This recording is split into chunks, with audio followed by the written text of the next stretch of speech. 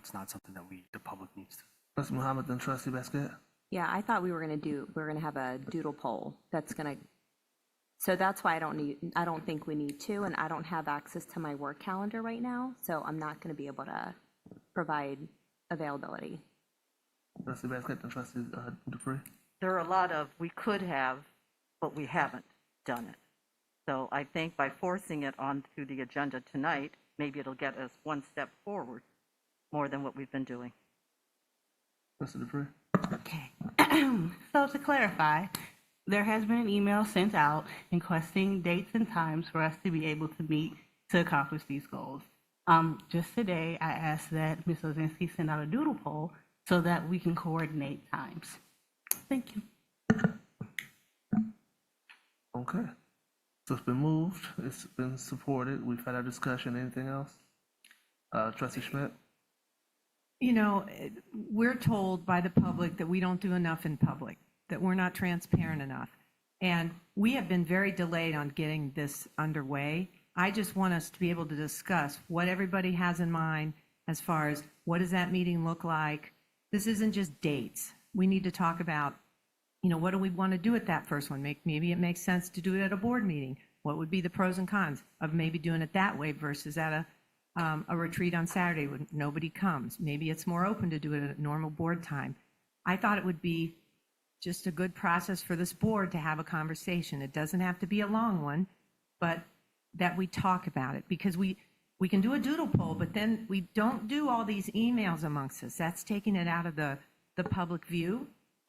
So I'm just trying to get us moving, and thought that if we had an open discussion, we could come to some conclusion tonight. We might still need to do the doodle poll to do dates, but I think that once we have our discussion, that might become clear.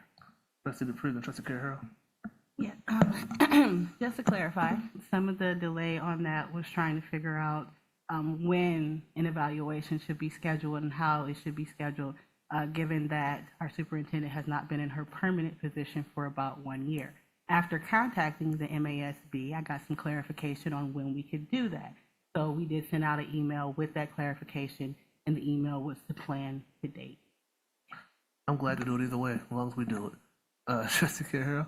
Yeah, I mean, this strikes me as the job of committee. This is the job of committee, and if it was so important, it should have been put out when the regular executive committee met and discussed there and put it on the agenda. And then when we came to this part, it would already be at the agenda, and then we could have a discussion if we wanted to have the discussion or not. So to me, it doesn't seem like this was thought out ahead of time because the agenda just came out, about 4 or 5 days ago. So within the past 4 or 5 days, it was important, but it wasn't important 6 days ago. So let's just let the committees do their work. They can come forward with the dates. We can do the doodle poll, and we've already spent enough time discussing it. I'd like to call the question. Can you not call the question, or we can just vote rather than? Sure. Okay. I withdraw. Thank you. Ms. Ozinski, please. Trustee Schmidt? So we're approving the agenda with the addition of a discussion about dates to discuss board goals and a meeting with the superintendent to discuss goals and evaluation. Yes. Trustee Gaynor? No. Trustee Muhammad? No. Trustee Dupree? No. Trustee Carrero? No. President Feaster? Yeah. Yes. Trustee Biscuit? Yes. Motion fails. All right. Thank you. Moving down to the next agenda item. We'll need to vote to approve Oh, the sorry. agenda as it stands. May we have a motion? Move to approve the agenda as written. Moved by Trustee Carrero. Is there support? Moved by supported by Trustee Muhammad. Any discussion on that? All right. Ms. Ozinski, please. Trustee Schmidt? Yes. Trustee Gaynor? Yes. Trustee Muhammad? Yes. Trustee Dupree? Yes. Trustee Carrero? Yes. President Feaster? Yes. Trustee Basquette? Yes. Motion carries. Thank you. Moving down, I would like to now introduce the non-voting member at the table, Ms. Jazz Parks, Superintendent of Schools. Good evening. And now I believe we are at public commentary. The board would like to remind everyone that individuals who have signed up for public commentary will have their name called and are given an opportunity to speak or have comments read by a member of our staff. Commenters will receive up to 4 minutes with a total of no more than 45 minutes allowed for the public commentary period. When your name is called, please come forward and speak at the microphone. To help manage your time, a clock will be placed on the screen in front of you. We would like to remind everyone that public comments generally pertain to Ann Arbor Public School District matters. Comments about any individual or individuals are expressly prohibited. Also, please understand that board members do not respond to public comments, but will listen carefully and follow up as appropriate. Ms. Ozinski, how many sign-ups do we have for tonight? We have 15 signed up this evening, and that would give each person 3 minutes. Thank you, Ms. Ozinski. First is Laura Pasek.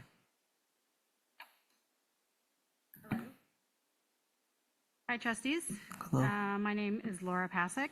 I am not a parent at Ann Arbor Public Schools, but I have written about the district for the Detroit Jewish News. I was appalled to hear that a member of our community was threatened, seemingly in retaliation for her organization's support for new leadership on the board. But especially concerning to me was that it was referenced in that threat about making a public records request, or FOIA.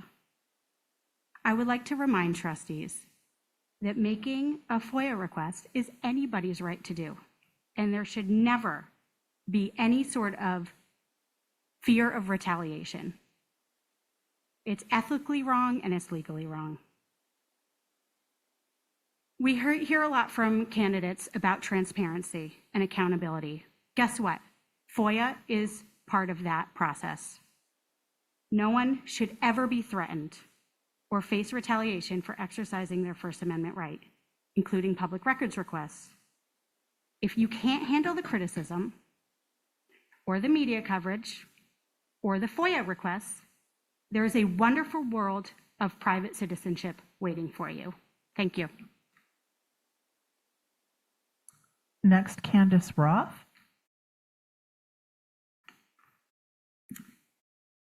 Hi, my name is Candace Roth, and I'm an attorney, a former AAPS parent and community member. A few months ago, several AAPS parents and I started a group called Focus on Education. It's a nonprofit with the goal of empowering parents and its members to take an active role in our local education. I stand behind you or before you tonight to bring up a troubling issue that you heard slightly some about already, a retaliatory action against our group following a FOIA request made to AAPS. The FOIA request was made by a local journalist who's also part of our group.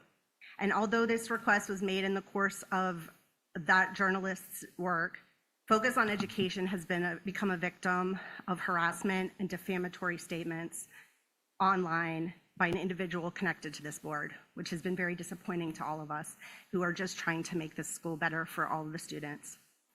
Given the timing and the comments that were posted publicly on our page, the untrue allegations appear to be made in retaliation for this, and I remind you this is a lawful exercise that we can do as citizens.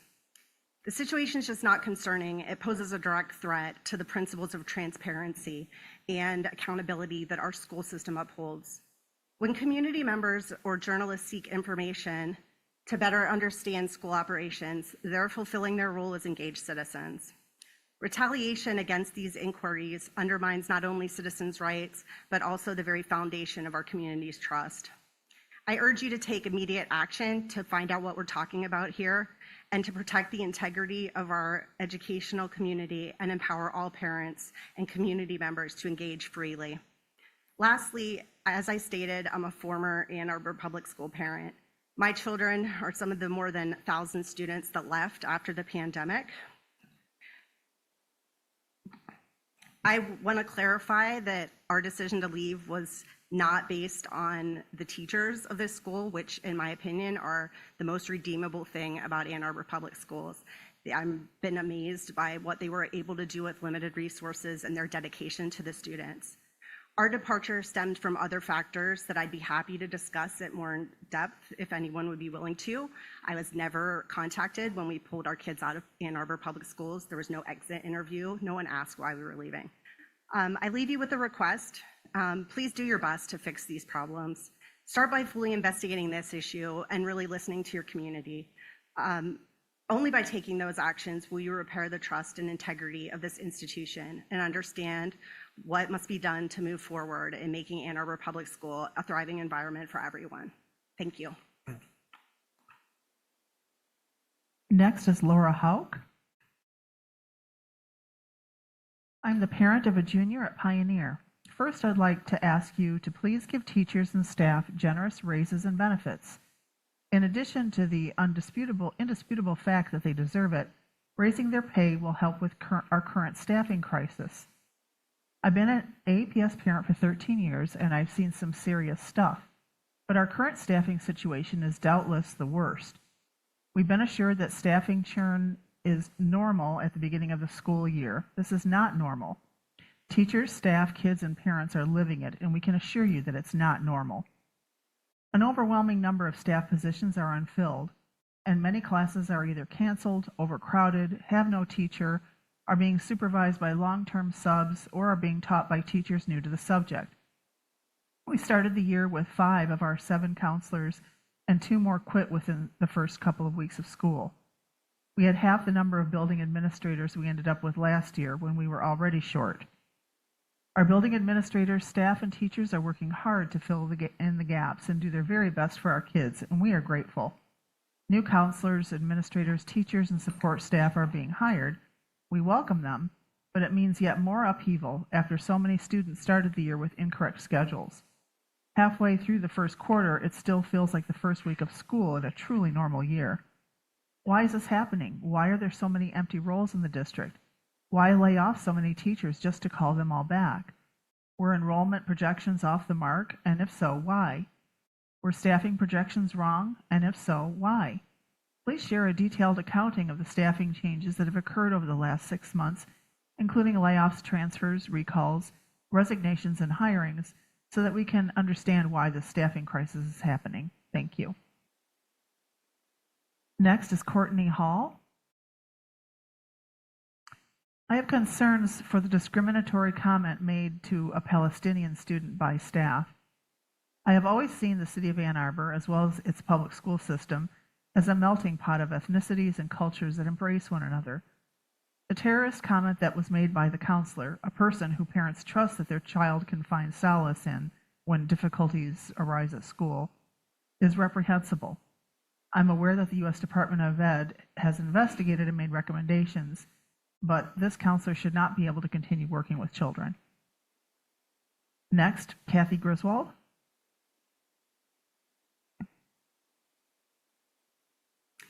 Good evening. First, I want to thank everyone for their service and mention for the public that school board members do not receive approximately $25,000 a year like city council members. And having served in both positions, I can tell you being on the school board is definitely a more difficult position. I also want to thank the school district for the design of Lawton School, where there is a large drop-off area in the front of the school. So thank you for that. Next, I want to show you what a school crosswalk sign looks like. Most of you have probably seen this and not thought a whole lot about it. We have these school crosswalk signs throughout the community, including around King's School. And we don't need to debate, is it a school crosswalk? Isn't it a school crosswalk? Who does it belong to? Because if you have a school crosswalk sign there, it's a school crosswalk. Okay, number 3. We had something called the Transportation Safety Committee. It was formed in 1969 because there used to be an overhead bridge across Plymouth Road for the kids that lived at in university housing to get to Northside School. Those are no longer legal. But anyway, I have the documentation going back to 1969. It used to be a very powerful, solution-oriented group that got things done. It was at the policymaker level. It gradually became an administrative committee, and to my knowledge, it hasn't met in some time. Now, we could say maybe we don't need it anymore. But what I'm seeing on social media is individuals trying to fill the void. One person was trying to get a copy of all of the drop-off zone maps for all of the schools. and this is commendable, but this is not the type of synergy that we need by having people from the city and the school district and the county and Pittsfield Township all working together. So I hope that you will start having Transportation Safety Committee meetings. And while I'm not volunteering to serve on it, I will definitely provide my extensive file so that there is some institutional knowledge there. Lastly, I want to read a report, official crash data for 2023 release, worst year for Ann Arbor pedestrian crashes since 2014. City Council hasn't discussed this yet, but it was not a good year. So what has City Council done and the district? They have provided T-shirts now. Now, this is wonderful, but what we really need is crosswalk improvement, and a lot of it. Thank you. Thank you. Next is Jessica Carruthers. I am writing to support the retention, employment, and living wage of paraprofessionals and other student-facing support staff at AEPS. The failure to adequately employ and pay these staff is in direct opposition to servicing students with diverse cognitive, social, emotional, and learning needs. AEPS has a poor reputation of meeting the needs of learning of diverse students, and many of these families opt out of AEPS as a result. The failure to adequately employ and pay these staff is also counter to the mental health needs of students, teachers, and social workers, who you also do not want to adequately employ or pay. It is not an impossibility to adequately employ and pay these staff, but a lack of creativity and willingness. Next, Yasmin Mole.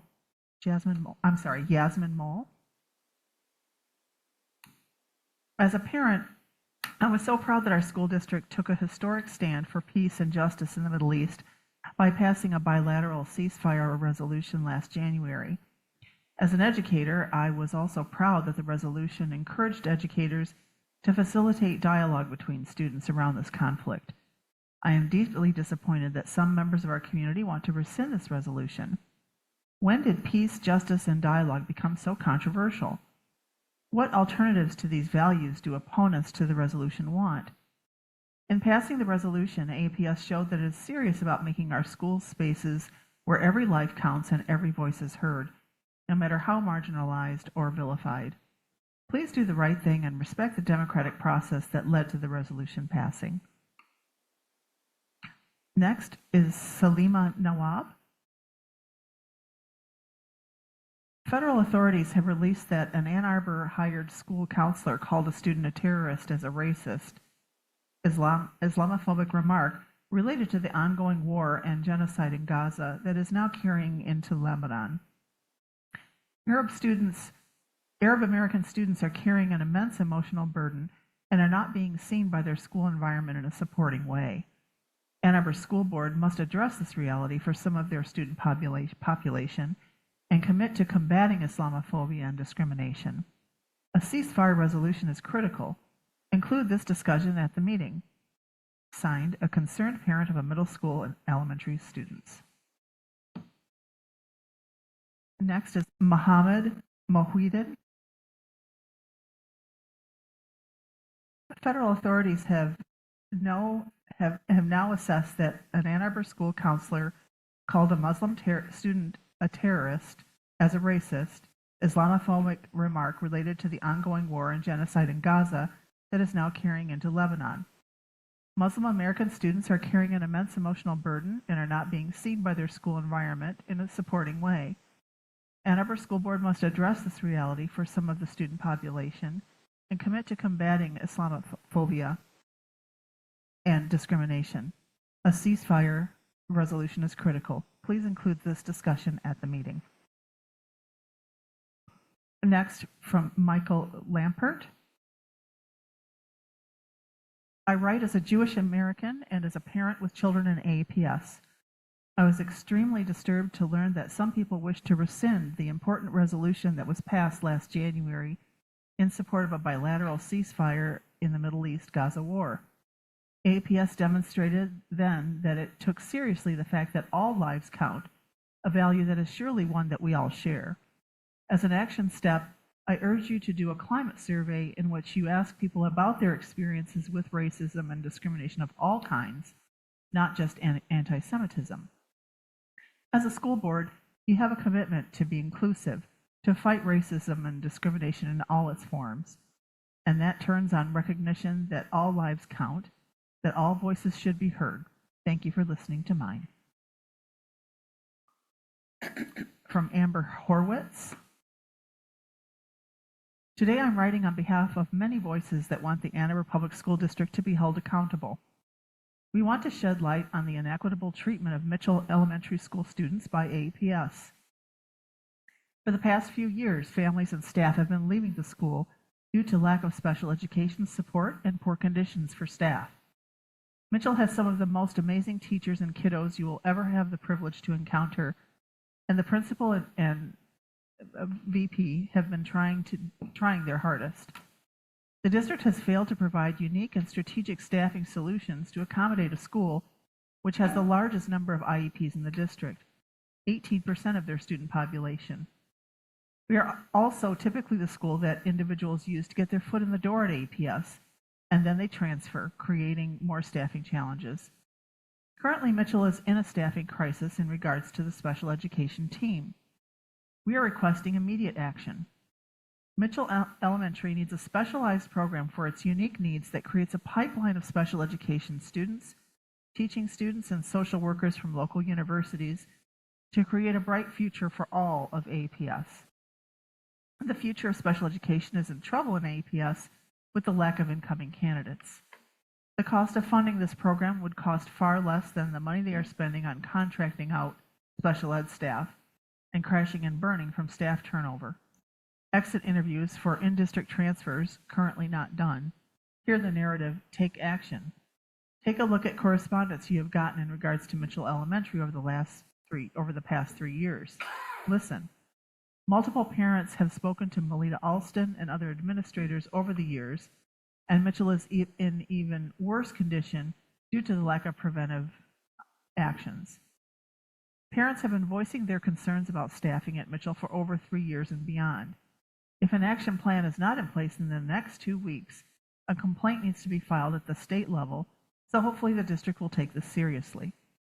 If parents and staff were listened to years ago, we would not be in the staffing crisis we are now. A direct quote from a signer's child, "Why does everyone at Mitchell leave me?" Over the past 2.5 years, he has had 2 principals, several social workers, his speech therapist just left, his beloved resource room teacher left, his OT is leaving, and his first grade teacher transferred mid-year in district transfer. Something needs to be done.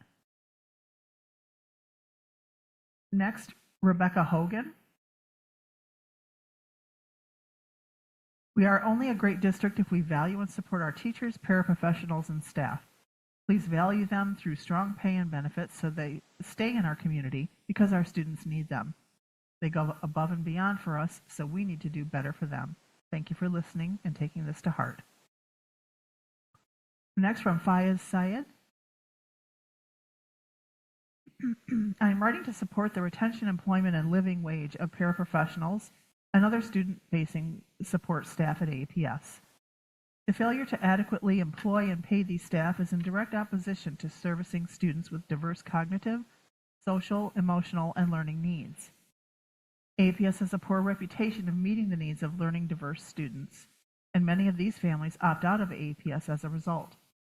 The failure to adequately employ and pay these staff is also counter to the mental health needs of students, teachers, and social workers, who you also do not want to adequately employ or pay. It is not an impossibility to adequately employ and pay these staff, but a lack of creativity and willingness. From Adelaide Lancaster. I debated quite a bit about whether to submit comments for today. I was prepared for a difficult start to the year given the strain and stress of last spring and summer. In the words of a former APS teacher, have been packing my patience daily and am continuing to show up for my kids, schools, and most importantly our teachers, doing all I can to help.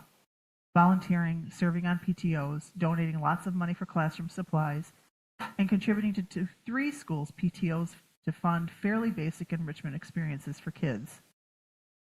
Every day I hear about more strain and hardship and things aren't working. Transportation, new fractional specials teachers and schedules, a startling dearth of parapros and special education and mental health supports.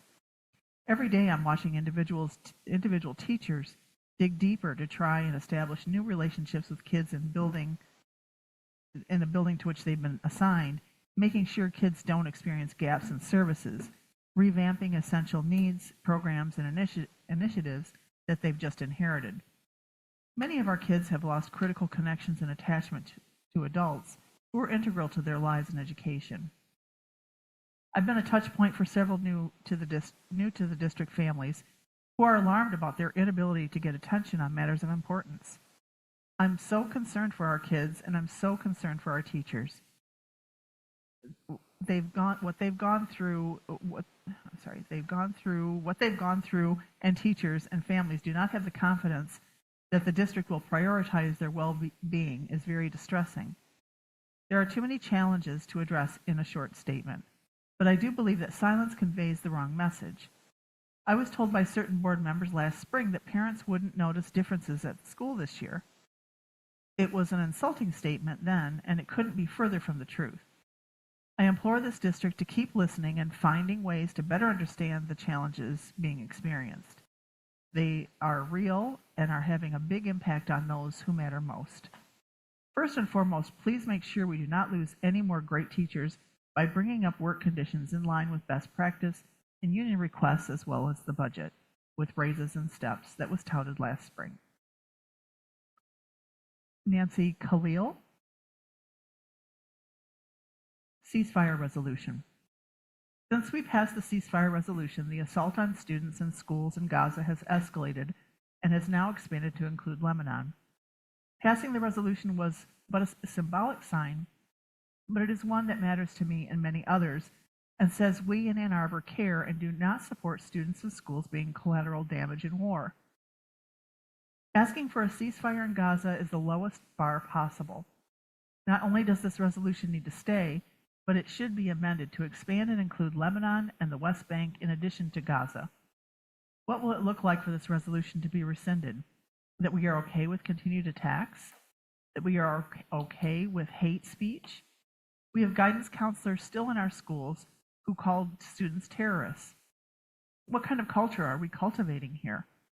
We need to implement this resolution, and that is more pressing now than ever. Especially our commitment to provide proper support to educators around these topics, to condemn hate speech, and to support every student around the world's right to learn in a safe school and our resistance to anything that threatens that. And that concludes public commentary. Thank you, Ms. Ozinski. I'm sorry. Okay. We appreciate hearing from our community. The board would like to thank everyone who spoke and shared their comments tonight. We would like to note that all written comments are publicly available on board docs in the public commentary section of tonight's agenda. Ms. Parks, are there any points of clarification? Just that, not to negate anyone's personal experience or experience that their child has had, but our staffing turnover and our vacancies really aren't that different than they have been in previous years. Most of the positions that were vacant through summer attrition were filled before the school year started. And we have had some vacancies since the school year started that we have worked to fill also. In the particular school that was referenced, there are two vacancies. One is actually pending because interviews took place last week. And the interviews for the other position are occurring this week. So we are working very quickly to fill positions, and in the vast majority were filled before the school year started. I saw Trustee Gainer's hand and then Trustee Schmidt's hand. You have something, Trustee Gainer? Yeah. I want to thank everybody who did public commentary. There were 2 or 3 comments that kind of painted a dire picture of where we are at the beginning of the school year. I've been out of commission myself for a month, but I get a clarification. I'm sorry to interrupt, but it was read that trustees do not respond to public commentary, and that's what this seems like. I just want to clarify that our rule is that we do not respond to public commentary. Thank you. I believe that's correct. Ms. Parliamentarian, is that accurate? Yes, but I don't think it's fair. We did not allow the trustee to finish his statement. Was it a statement in response to? It was really a statement to the board. Okay. Well, But you said in your comment that we had some things in the public commentary. That's a response to the public commentary. It came directly after public commentary. I don't see how anyone could see that anything but a response to public commentary. If I may. Trustee Basket. What was envisioned when the rule was that trustees do not respond to public commentary is responding to the person bringing the comment, the issue. Again, I'm not sure if we know what Trustee Gaynor was going to say, so perhaps we should let him say it to clarify, but knowing, I mean, he's heard the discussion thus far. Trustee Gaynor. Thank you. My statement, my question is really to the other trustees. Is it important for us to have a direct understanding of how things are going in the schools? And if so, how do we find that out? How do we learn about it? And I don't know if that's a discussion that's appropriate for right now, but I did want to pose the question because I think it's an important one. I don't think it fits here on the agenda, but I understand what you're saying. Trustee Carroll. I can respect the comment that you made, but if that was your intention, why didn't you bring it up after Trustee Schmidt wanted to change the agenda to add a discussion item? We could have discussed it then and voted it then. So in the future, I would say if there's something you want to discuss, it has to happen, get on the agenda before we get here, or it has to be amended to the budget before we start. We can't stop in the middle of the meeting after public commentary, say it's not a response to public commentary, I just wanted to have this discussion about something. It clearly is a response to public commentary. And if we're going to allow that to happen, then maybe before public commentary stands, we shouldn't read that we don't respond to public commentary. Thank you, Trustee Carroll. Let's leave that there and move down to the next section on the agenda. Do you have something? No, I'm good. That's not it. Okay. All right. Thank you. Ms. Ozinski, I believe we're down to reports of association. Yes, we have Mr. Klein coming for the AAEA.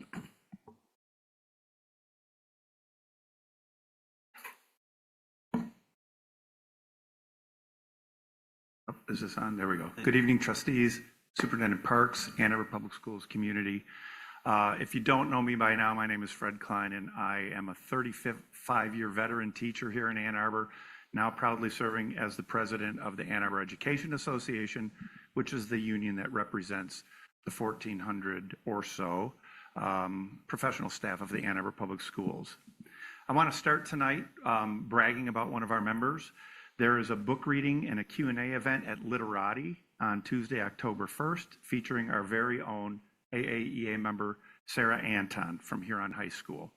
I'll read to you a little bit from the flyer. It says, for the first time, K-12 educators from across the nation give readers a teacher's eye view of the radical right crusade to smear, dox, and fire teachers and to take down public education. Teachers' gripping testimonies of frontline resistance collected here expose the cost of these attacks and share strategies for protecting the freedom to read and the freedom to think critically. I also understand that Jeff is going to be on that panel as well. So looking forward to that event, and we're very, very proud of our member, Sarah Anton. Next, I just wanted to highlight that we have been partnering with the Huron Valley Area Labor Federation, HVALF, to canvass and host canvassing from our office for pro-labor candidates. We launched a canvass last Saturday and are hosting another one this coming Saturday out at our office on Jackson Road. As an organized labor group and public school employees, it is crucial that we elect pro-labor, pro-public education candidates to maintain and grow the majority in our legislature, because we've seen the dividends being paid off by that, and in Congress and in the White House. To that end, I have shared our Board of Ed recommended candidates. I will share now our AAEA endorsed candidates for our legislature. Those are legislative seats that impact the Ann Arbor Public Schools attendance area. So we are recommending Morgan Foreman for the 33rd House District. We have given a recommendation to Jimmy Wilson Jr. for the 32nd House District, for Jason Morgan for the 23rd House District, Carrie Reingans for the 47th House District, and Jennifer Conlon for the 48th House District. So we look forward to helping them get elected and continuing to have a majority or build that majority in our legislature to benefit public education in the state of Michigan. Lastly, I have just a short report for you tonight. As I've said at the last several board meetings, I love to get out into buildings and see all the magic going on in classrooms across the district. As I visited, I've become alarmed by the number of unfilled special education positions, as well as unfilled TA positions, and the impact those are having on entire school buildings. This is causing IEPs to risk becoming out of compliance, burning out staff, and is posing a safety issue in some buildings. While I understand that this is a hiring issue, I want to remind everyone that way back a long time ago in the 1980s, the Coleman Report on Education was written, and one thing it showed was that higher paying districts actually poached good teachers and TAs away from neighboring districts that didn't have as good compensation. So to address this concern and to stop the exodus of our talent pool in Ann Arbor Public Schools, I urge you to give reasonable cost of living increases, steps, and increases to healthcare costs to the hardworking teachers, TAs, and OPs in this fall's financial bargain with those three employee groups. That concludes my report. Thank you for listening. Thank you. Ms. Elzinski, are there any other reports of association? No other reports this evening. Thank you, Ms. Elzinski. I believe that brings us down to board committee reports and the Bond and Finance Committee. Can I go first? Yeah, for the future, that needs to be separated out as separate things. Go ahead. Two separate committees. Fair. Thank you. I will speak to the bond committee.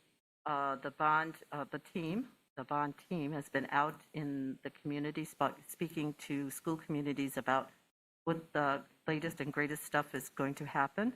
The next meeting, so there was Lawton and Logan, and Thurston is happening tomorrow. So please, we welcome everybody to come to that. The next bond committee meeting will be Friday at 10 o'clock. So everyone's invited. Thank you. Thank you. Trustee Schmidt? Sure. Finance Committee met. All the materials from that meeting have been made available to our board members. I reached out with an email asking if anybody wanted to review those, and I did not hear from anybody, so I'm assuming people reviewed those, and understand them, and those will be presented tonight. I did also want to report related to finances. I spent the day in Lansing today. Our legislature came back in. The House and Senate were in today, and the Senate will be in tomorrow. It looks like at the end of tomorrow that we are going to see 31 AA funds brought back at 50%. We knew there was a 92% cut to the 31 AA health and safety. They're going to bring it back to 150 million where it used to be at 300 million. Both chambers, I believe the Senate's already taken care of codifying the reduced cost to districts by 5.75% for retiree health care. And then also codifying that people that are hired before 2012, all the teachers that are in MIPSers, that will be codified that they will not be paying the 3% for health care. Instead, that will be picked up through us and will be reimbursed by the state. They won't see those 3%, from what I was able to understand today, probably until November, December, just the way things run. So that's good news for our budget, and look forward to having the financial information shared with the entire board. Thank you very much. As for the executive committee, obviously we met to help plan the agenda for today's meeting and plan how moving forward for the rest of the year, what we were going to do in terms of trying to incorporate all of everyone's topics onto the coming agendas. Our next meeting is set for Wednesday, October the 2nd at 6:30 p.m., followed by a meeting on the 21st of October, again at 6:30 p.m., and then we'll have another meeting the 3rd Monday, November 18th at 6:30 p.m., and then the third Monday, again, at 6:30 p.m. on December 16th. And that will take us through the end of the year. Yes?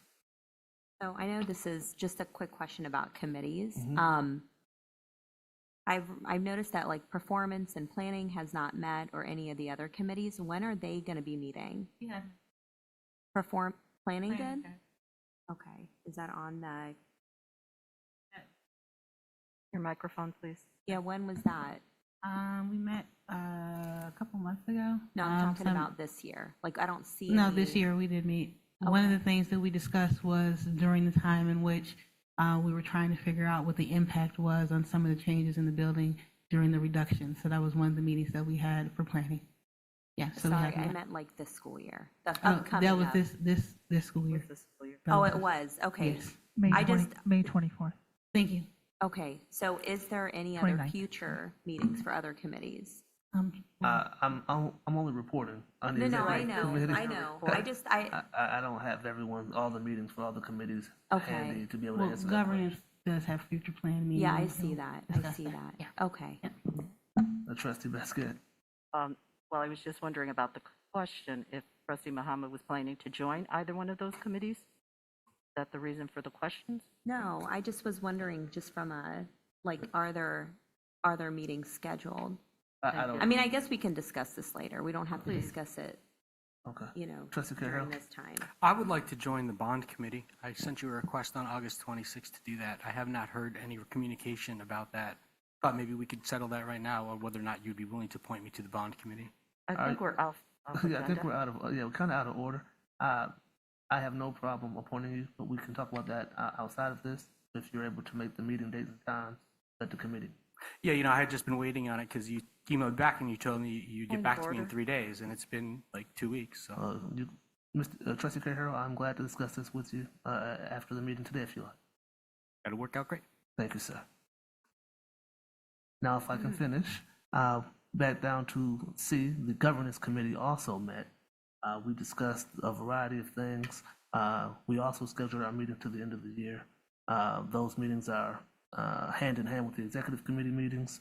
They are at 5 o'clock on the same dates that I listed before: October 2nd, October 21st, November 18th, and December 16th. So those meetings are set, and we addressed a number of things that we're trying to finish up that we started prior to the financial crisis, and trying to get those things wrapped up before the end of the year so we can close all those loops. Any questions on those two reports? Trustee Schmidt? Yeah, and I know that in conversation with the superintendent, we're trying to lock down a consistent finance meeting. We still are having the schedule thing, so we'll work on that. I think it was even talked about with the bond. Yeah. That we might make them back to back, just because sometimes the issues overlap. If we're able to put things together in a way that makes it easier for administration to be able to run those meetings and knock them out quicker, that's better for everyone. And so hopefully we'll be able to figure that out in the coming weeks. Any other, Trustee Carroll? While we're on the topic, I would just like to add that we haven't had a staffing report in a long time, so that is something we need. I'm not sure what committee it comes through. I think it usually comes through performance, but that one hasn't met. I think Superintendent Parks said at the last meeting that was coming in November or December. Yep, the staffing report typically comes December. So that will be in December. Yeah, we missed last December, so it's been 2 years, so that's why I'm bringing it up now. Point of order. Thank you. Thank you, Trustee Carroll. Thank you. All right, I believe we are down now to item 5, information and the superintendent update. Thank Superintendent you. Parks. Oh, I'm sorry.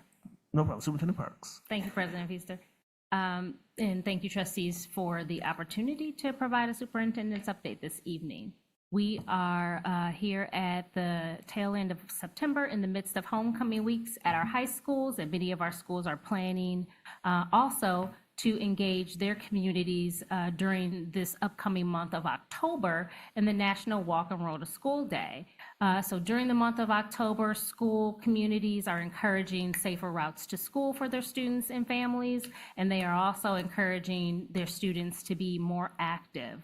These events can be a powerful way to leverage and inspire changes, some of which we've heard about this evening in public commentary regarding safer routes to school. As a reminder to the community, the Ann Arbor Public Schools early fall break for students and staff is coming up on October 11th, Friday, and Monday, October 14th. So an early fall break on those 2 days for a long weekend for our staff, students, and families.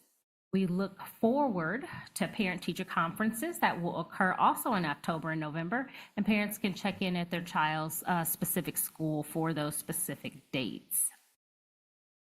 Trustees, National Hispanic American Heritage Month is September 15th to October 15th, and it's recognized with the theme of this year's celebration, Pioneers of Change, Shaping the Future.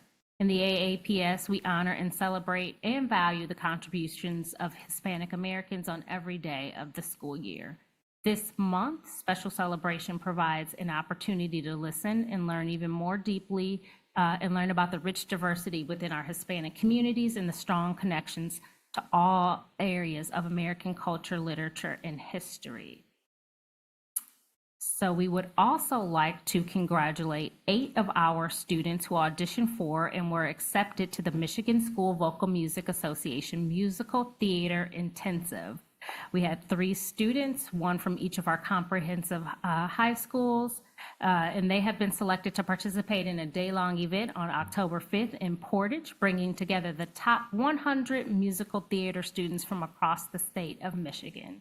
Students will work with faculty from U of M, their musical theater department, in a series of workshops, sessions, and solo performances, and they were selected based on submitting a recorded video performance audition, and they were evaluated by a panel of independent adjudicators. So congratulations to our students. We also have a special recognition for a Skyline teacher who's being recognized by the Washtenaw Area Council for Children. We are recognizing this evening Skyline teacher Ann Bizu, who, among others, at their Washtenaw Area Council for Children will honor at their Gathering for Good event to raise funds to prevent child abuse. Ms. Bizu will receive the Community Hero Award for her proactive advocacy in bringing Washtenaw Area Council for Children cyber safety and wellness and resilience training to her students. For over a decade, Ms. Bizu has been at the forefront of championing these important lessons on how to safely navigate today's digital world for our students. So the community is invited to come together and help end child abuse and neglect, and to honor our local heroes for their outstanding commitment to protect our children. And that event will take place on October 4th at the Lake Forest Golf Club in Ann Arbor. Also coming up in October, which is shaping up to be a busy month in our school and community, we are partnering with Alana's Foundation to host a family flu vaccine clinic at Pioneer High School on Monday, October 7th from 4:00 p.m. to 7:00 p.m. The vaccine is available for everyone above the age of 2. This is a really popular event in the district last year, and we expect a sizable crowd again this year. And lastly, just ending with just reaffirming our commitment that we are committed here in the Ann Arbor Public Schools of creating safe and inclusive environments for our entire AAPS community. Hateful language causes harm to both the targeted group and to the community at large, and we will take all reports of incidents seriously. We want to emphasize that we don't tolerate any form of racism or hate speech or discrimination. It goes against the values that we hold of respect, empathy, acceptance, and that's something that we want to instill in all of our students and us as a community also. And so the care and safety and well-being of all of our students will always be our top priority. And so when incidents occur, and again, they do, because our schools are a microcosm of our society. There are some details that we obviously can't comment on, but we are also focused, I can say, on supporting our students' individual and collective needs with a deep commitment to their well-being. It is our critical mission, and we will always take that seriously. And with that, that concludes the superintendent's update. Actually, that does not conclude the superintendent's update. I'm sorry. Ms. Lewis is coming forward with some clarifications around special education staffing so that trustees and the community can know some of the things that our special education staff, as well as local, the Washtenaw County superintendents, and our WISD superintendent, we've been meeting because every district in our county and many districts statewide are experiencing just a significant shortage of special education staff. And so we want to make sure that the community knows that we are working diligently to ensure that our positions are filled. And so Ms. Lewis has an update this evening for us on some of the steps we've been taking. Good evening, trustees. As Ms. Parks said, Superintendent Parks, I just want to share some things related specifically that we've been working on for Mitchell Elementary, but also in a general sense for all of the open positions that we have in the district. Specifically for Mitchell, upon learning of some of the concerns, I went over, visited, talked with staff to get their insight and feedback and get a better understanding of what's going on so that we can work collaboratively to ensure that every student at that building has what they are supposed to have. One of the ideas that came from one of the parents that we talked to, which I hadn't done before, was we typically will do exit interviews through human resources with staff who are leaving the district. However, if staff transition internally, we don't necessarily have a formalized process. So we are going to work with human resources to get a more formalized process to better understand when staff move from one building and another building within the district, what is behind that particular move.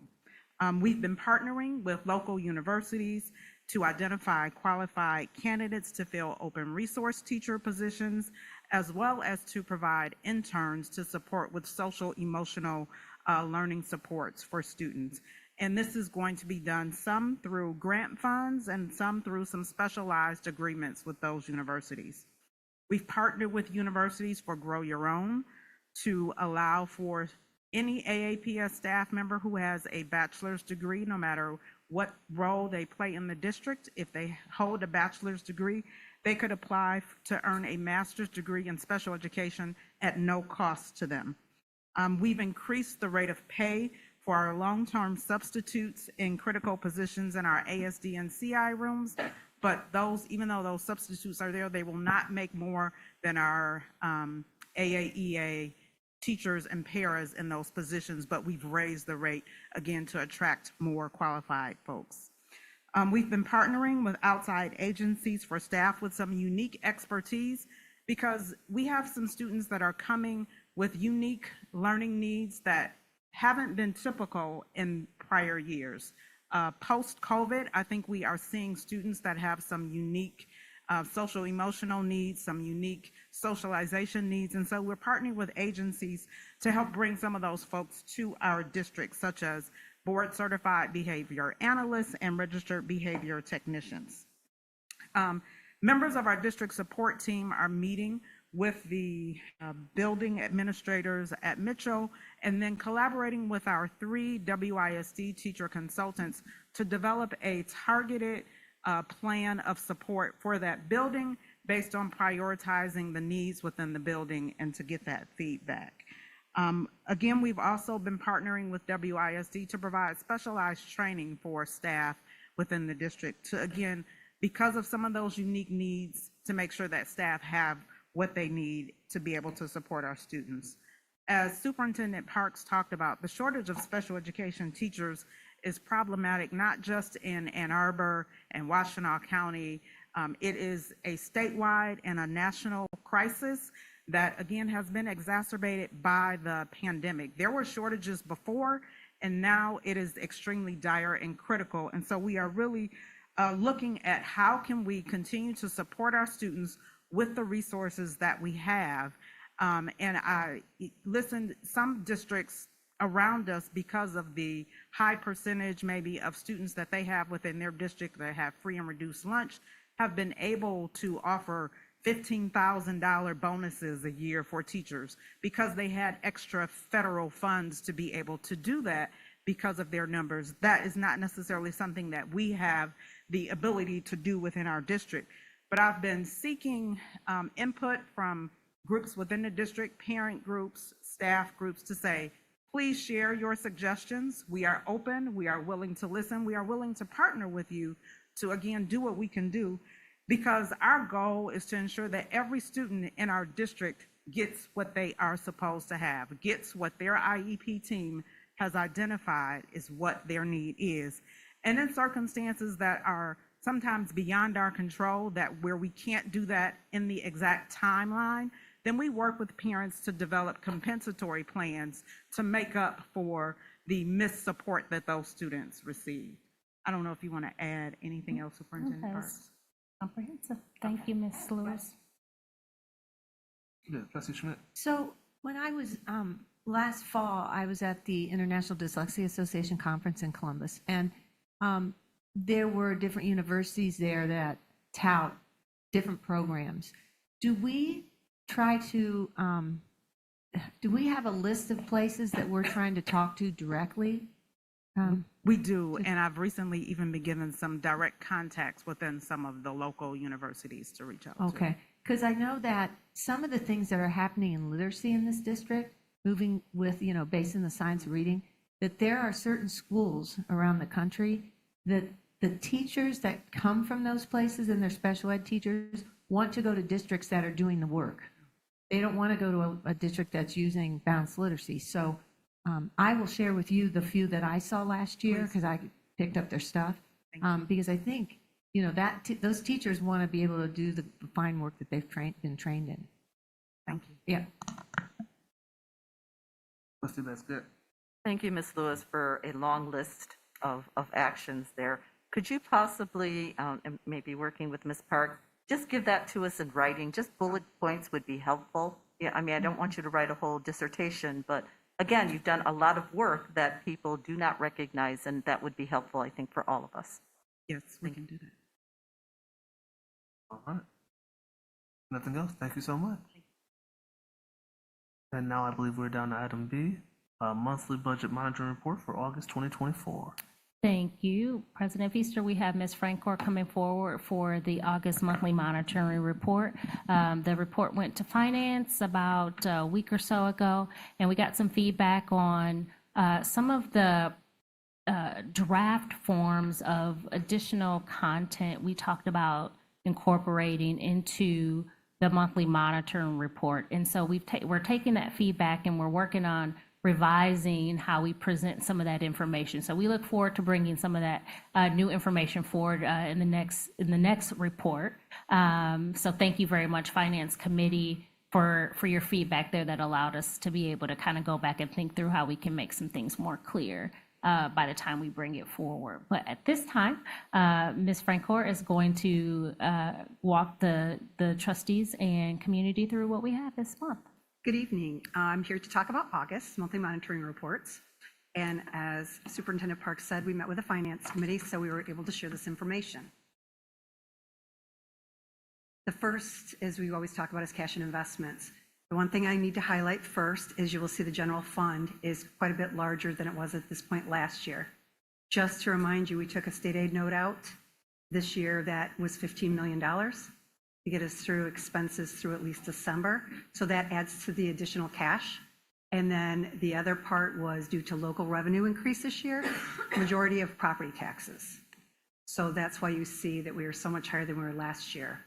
The next one I want to talk about is, can you go back, Andrew, please? It's okay. Food service. Food service, there was a couple things that happened here. And it will be leveling back out. But first of all, we did receive an equipment grant for the food service department this year. So what that meant is we had to buy all of the equipment that the food service department spec'd out first. That was over $200,000. But we had to purchase it and then request reimbursement after the fact. we have gotten that reimbursement, the over $200,000. That occurred actually in September. That's why you will not see that cash reflected in this. Also, one thing that did affect the cash this month is the timing of vendor payments. Whereas in last year, last year, a lot of it happened the vendor payments were in September of 23. This year, those payments were in August, so they were earlier, so it does affect the cash. But like I said, going forward, you will see that level right out, just the beginning of the school year. Now we're talking about monthly expenditures. As you can see, general fund is very low, but this is only through August. So I do expect, with school starting in September, we'll see a change next month. So actually expenditures are very low for this month.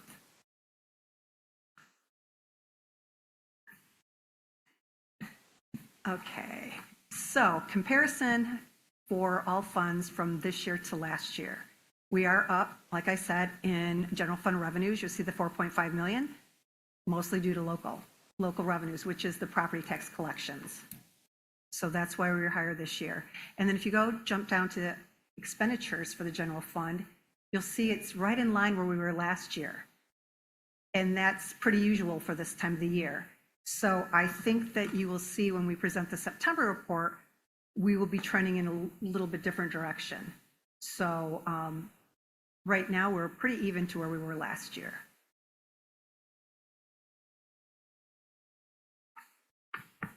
This is the second page of that document that we just looked at. And the one thing I will point out here is that if you go down to year-to-date column, down to beginning fund balance prior to audit, that is the board approved fund balances from the June meeting that I've inserted in this report until our audit is presented to you upcoming in October, November. So at that time, then I will change the fund balances so you'll get a truer picture where we are at each month.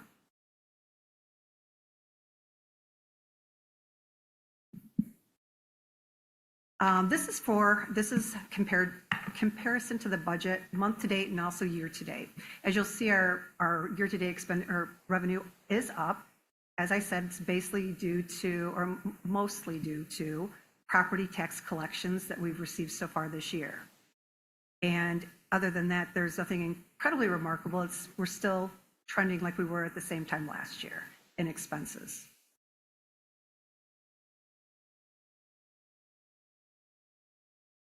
This is the second sheet of that same document where, as I spoke before, talking about the beginning fund balances that I'm using currently until the audit is approved. And as I said, that will change after the audit, so we'll get a truer picture of where our fund balance lies every month.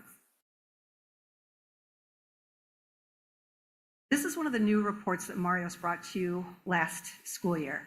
And this is a summary of the general fund, our expected versus actual. And we start on the left side of the screen. As you can see, we're working on month to date, and over to the right, we're going to year to date. And what we're doing is a comparison of where we thought we would be, where we thought we'd trend to be, to where we actually landed. And you can see that all the way down, we've listed out the individual revenue sources and also the different categories and expenditures as well. And this report in itself will feed the next slides, the graph slides that he also presented last year. This one is a general fund expected versus actual revenues. And it shows that like I told you on the prior report, that we are up over last year in revenues at this time. You'll see this progression throughout the year as we have more months underneath our belt. So, and as I said, these reports, these slides are fed from the prior report with a spreadsheet. And expected versus actual, the expectation when we were trending, we thought we'd be a little less in expenditures in August than we actually were, but actually we're still trending where we were at last year. So nothing alarming at all. And this is the fund balance we're tracking by month. And right now it looks like we are exactly where we thought we would be, or we are trending in that direction. So nothing alarming. Of course, we just started the school year, so we'll be tracking this each month and reporting out to you.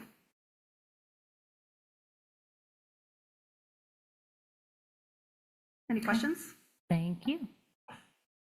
All right. Thank you. Looks like Trustee Muhammad might have a question. Yeah. Oh, Ms. Franklin, question for you. So just a quick, I know this wasn't, well, it's part of our presentation, but for the fund balance, there's like a power, I think it's slide, I can't, is it 11? 11? It would help, do we have, I mean, I know that it's all on the other slides, but it would help to have like a percentage. Because we have like the numbers, the total, but like what's our percent fund balance? Sure. Do we have that? I mean. I don't have it for tonight's presentation, but we Okay. can add this to these slides going forward. It would help because we're thinking a percentage of fund balance versus numbers. And looking at this, I could just see trends, but it's not telling me like the percentage. And then one thing, I know we get a list of all of these payments. Is there any way, and I know this might be a hard request, but we have this long list, but trying to figure out which bucket it's in. Is there a way to, I mean, this is maybe something the finance committee can talk about, but a way to categorize these payments into buckets? Because honestly, I'm looking at this list and I see all these transaction amounts, but they don't mean much. You mean on the expenditure slide? Yes, Okay. yes. All right. Just to categorize in some, I know some of them kind of cross different buckets, but like, for example, like, I don't know, Aerobox, that's like the first expenditure that, like, I don't even know what bucket it. Okay. 'Cause we're You're just talking looking about the at- check registers and Yes. the BMO list. I Yeah, understand because what you're saying. honestly, it's not meaningful, to be honest, this list of, all the purchases. It's not meaningful. Like, I'm just looking at it. It's important information. You're wondering like which fund that Yes. purchase might be attributed to. Yeah. Because Okay. there could be a lot of assumptions too, Right. with looking at this list of purchases too. Because it could be from, I don't know, student activity fund, but not really the general fund, or I don't know if it's possible. I think we can take a look Sure, absolutely. and talk about it in finance committee to see, Clarify. yeah. Yeah, which slide are you referring to? Slide It's all eight? that, no, not the slide. It's No. all of these, it's the check the register. check registry. Yeah. So what do you ask? So Yeah, I'm trying it's to not useful, this part of the report's not useful because it's just a list of all the payments. If I may. I mean, don't can know. I was just No, gonna clarify, I- you I- just asked me to hold- clarify. No, I'm asking, I Oh, want go to ask ahead. my question so that I am clear before you try to answer Okay. what you don't know what I'm asking you about. Okay. You just, okay, So, the question is, you want, first of all, I don't think it's fair to say that the check registry is not useful. It's there for a reason. But you're asking to take the payments. Can I interrupt you for 1 second? Sure. I'm sorry. Which slide are we speaking of? it's not a slide, it's the page 1 out of 10. It's the monthly payment register. Thank you. Yeah, there's no slide. Okay. Gotcha. Okay. All right. Sorry, So Trustee it's the Metcalf. list of payments.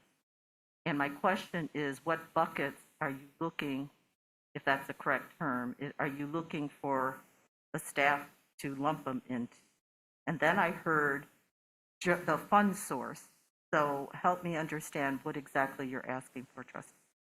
So for example, because this has come up when we were having a lot of the budget discussions, like this list is available. I think it is important that the list is available, but to make it useful, what I mean by useful, easy to understand, where they're coming from, where these payments are coming from which bucket.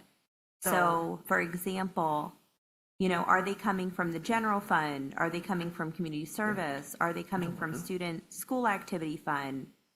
So you want, excuse me, just to clarify, you want the source of where these funds are being drawn? Or used, yes, yes, Is drawn. that clear? Yes. Okay, I mean, thank you. Yes, very. If it's possible, because then we can actually look at this list and it's more clear which bucket it's coming from. So just for clarity's sake, so everyone know where you are. You're at the bottom of the AAPS monthly monitoring report after slide 11. Yes. You're referring to these sheets. Yes. Thank you. All right. Was there anything Trustee Gainer. Yeah, I don't know if this will clarify it. I think it's a tough job figuring out the categories. Like we could say lawyer fees for one, or coming from school buildings. It's a puzzle, and I don't want to take the time now to brainstorm what the categories are. But I agree with you that itemized lists, they're hard to interpret, but it's certainly something that's worth pursuing. I mean, I've spent a lot of time over the years looking at these, hundreds of itemized expenses, and yeah, I mean, it's just worth the pursuit trying to figure out how to categorize them. Although, as you say, it's not all clean. Yeah. No, I agree. And that's why I'm saying if it's possible, and it might be a discussion that the finance committee can further stew on, because it would help. Trustee Schmidt and All right, Trustee so I'm Carrera. hearing two different things, and tell me if you're hearing different things. One is, where's the money being drawn from to pay this? So that would be one piece of information. Then I think I'm also hearing, can you classify it into something else, like, I don't know what, but if we're just talking about these things were paid through general fund, these things were paid from grant, these were Title I, are you talking about that? Or are you just trying to classify them into groups, like this was for teachers, this was for students, this is for, I mean, which do you want? I'm just trying to understand. That would be I think that's a great discussion to have for finance, but it would help, you make a good point, like, are these coming from grant funds? Because a lot of questions come up and say, well, I see this charge for this, but again, whatever is possible, because I understand there's a lot of overlap. Yeah. Because they could be in multiple buckets, I guess. Okay, so I can tell you that when we did our retreat, and we had half of the retreat, this was just a couple weeks back, right? We had someone, an experienced CFO, she had worked in other districts, she was here to give us training. She talked about, believe it or not, we're not transparent enough according to our population, but she was like, wow, I went on your site. I just can't believe how you guys have everything. People can see everything as far as your finances. And that's why this is here. This is here so that everybody can see our check registry. It's like full disclosure, right? So I hear what you're saying, and we'll definitely talk about how we can group it. We're still going to run into the problem, though, that if a teacher does a special, let's say I'm just going to make something up that may not exist, but let's say a teacher does some special thing where she gets 5 tickets to the Detroit Pistons game, and it was a big incentive thing, but she had to go through some kind of billing thing, and she paid for it, or I don't know how that goes, where the public says, look, they're spending money on Detroit Pistons tickets. So it gets, maybe this will help that. I don't know. Yeah, exactly. But it just, you can't win on this. You want to show everything, but then there's all kinds of things. I remember being a teacher and trying to buy stuff, and I had to go through a purchase order, and it was something maybe that I paid for, but I had to go through purchase orders. It was crazy. Was Anyway. the primary goal of your question to figure out what was coming out of general fund and what was not? Or was it something different? I think to classify it as much as you can, but without, like, I know there's going to be funds that are not as clear, right? So I understand. So I'm just asking this to be discussed and see if there's any way to make the data more clear. Like, I do appreciate the new reporting. It's much more clear. Like, I know that we did not have this level of detail before. So all I'm asking is, and this is, it would be clear for the public too, like, it's amazing. We have all of these, we have a lot of data out here, but to make it useful and easy to read. Does that make sense? And understand where it's coming from? I know Trustee Carrero's next and then Trustee Basket, but I guess I'm trying to just understand, what are you trying to make sure is, yes, what's the goal here, I guess, because I'm not understanding. I mean, I feel like I'm repeating. It's to make the data, the bucket. So for example, I think Trustee Schmidt brought a good example. If there were tickets being purchased, But what Or are are you they trying to coming- find from that? You're trying to find, Well, which bucket it came from, because right now, everything from here looks like it's coming from our fund balance. so you're trying to figure out what's coming from bond, grants, and fund, but that's the primary. Yes, those Okay. are the, or whatever categories the finance committee Okay. finds, or in the, finance team finds that are Okay. useful and is doable. Okay. Does All that right. make sense? Yeah, I just wasn't sure what, that makes sense. Okay. Trustee Carroll, if you still have a question, I'm sorry. Well, it would be nice on the check register. I know that we're legally required to record our expenses using coding to the state. It would be nice if we had the coding on the expenses. I know that's not an easy task. That's a very difficult task, but a task that we need to do, especially with the financial situation that we're in. And I understand this isn't something that could come 1 month later, or even 2 months later. It would have to be a few months later after we did the process of the coding, or maybe more than that. But it would still be useful to know what those colors are down the road. So even if we wanted that kind of coding to be able to figure out where the money came from, that coding would also reveal where the money went to. They're just codes, and I wouldn't expect you to crunch the data. But once we had that data and the expenses were reported, it would be nice to get the final report with the code, so that even if it's not a real-time number, at least we would have some historical context within months, maybe, about how our expenses are going. And that, I think, what Trustee Mohammed's really asking for is, can we add some information to those tables to just help us make a little bit more sense to it? It doesn't have to be real live time data. I mean, that's an August report. This is for September. I recognize that you're not going to be able, we don't have the capacity to code all of that within 1 month, and that work isn't done. But once it is coded, it would make sense to me to re-release those reports with the codes. That's what makes sense to me. I know that's not an easy process. I get Well, that part. so But it's clarification. something we need. That's it. Clarification on my end, you're talking about the account codes we use to, every expense, every revenue doesn't get entered into our system without one. So it's done at the time. So everything has an account code. That's a requirement by the state Yeah. of Michigan. I guess I'm just trying to give a little time for the expense to be reported, because even though that's the day that the check was reported, that doesn't mean that was the day it was coded. So there would be some lapse in between those two times. Well, I can tell you right now, we have a check run tomorrow, and everything that is in our system to produce a check has an account code attached to it.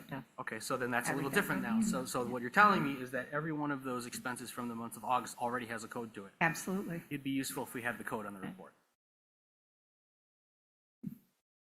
I'm sorry, I don't know where I am in the queue. So I saw Trustee Schmidt, then Trustee Basket. No. You're thinking of the way of how it could happen easier, because if code's already on it, right? Yeah. They could just slap it into a different group. I get it. And I'm if- following if- you. And if other people don't need that detail, they could just ignore the code. The report would be no Yeah, different. to- no, I get you. Right? This is a great discussion for the committee, and we're going to look at it, figure this out. We're getting into the minutia and probably should move on, but this is good. I think we've gotten some good feedback, so we'll run with that. Sure. Okay. Very good. Very good. Thank you. Trustee Basket, and then Trustee Dupree. I'm not sure we got good feedback because I'm really not understanding the point. So we will take this up in committee, but, I mean, so you got a bunch of codes. So that you know the So- point when you go to committee. The point is share the information with the public if you have it. The If you're information is satisfied with the there. information there, then it doesn't mean anything to you and you can just go about your business. But for those whom it does not satisfy, this is a little added information for them to be able to look at. I don't see what's so difficult to understand about that. Well, that's insulting. It's But not let me insulting. just say- It's let not me just insulting. It's say- more let me information just that we say have. That the committee will work on this, but again, I do not think it is prudent to spend expensive staff time to create lists when the point is still not clear as to what you're going to do with the data. Expensive? But the committee will look at this. I think Thank the point, it's the point what Trustee Mohammed initially stated when I asked her the second time, is that she wants to know what comes from which bucket of money. Bond, grant, general fund. If that's the point, then I guess I understand that. And if the coding helps us get to that, then fair enough. And just that, I just want to comment. I understand that takes some processing, but since those numbers already have codes assigned them on some line somewhere, it's just a matter of showing that column on the table. So Yeah, I you don't just said see that. that's Yeah. a particularly laborsome process for us. I understand it'll take some time and some human resource, but again, the benefit at the end is what's worth it. I said Trustee Dupree, and then we jumped to Carrie Harrell. So Trustee Dupree, and then Trustee Muhammad. I didn't have a whole lot to say, just from what I understand of Trustee Muhammad's request is organizing the information so it makes it clear to folks who may not be, like, I'm not a math person, I hate math. Looking at this just gives me anxiety. So, I mean, being able to organize the information so people can understand it better. I do know that we understand, for example, certain things are paid with bond funds that can't be paid with other things. So you kind of know anything that falls in that category more than likely came from the bond money because you can't use it for anything else. But it sounds like she just wants to organize the information and make it clear. Mr. Muhammad? Yeah, and I think it's, based on past experiences, I think we need to make it as clear as possible for all of us to understand. So I think it's important for the Finance Committee to just talk about it, see what's even doable, honestly. That's going to be the biggest hurdle, and hopefully organize it to be more clear. All right. Thank you all for all your comments, and thank you for your presentation. Thank you. Thank you, Ms. Francoeur. Thank you. We can move down to C, capital program update for fall 2024. Thank you, President Feaster. We have the capital program team coming forward for the fall capital program update to share with the community and trustees.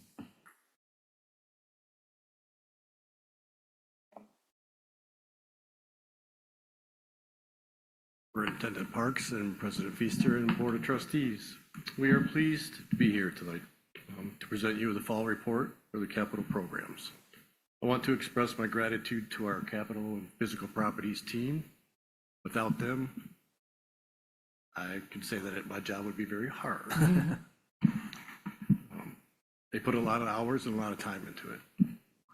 At this time, I'd like to turn it over to Stephanie Corona and Kevin Stansberry from the Gilbane Building Services.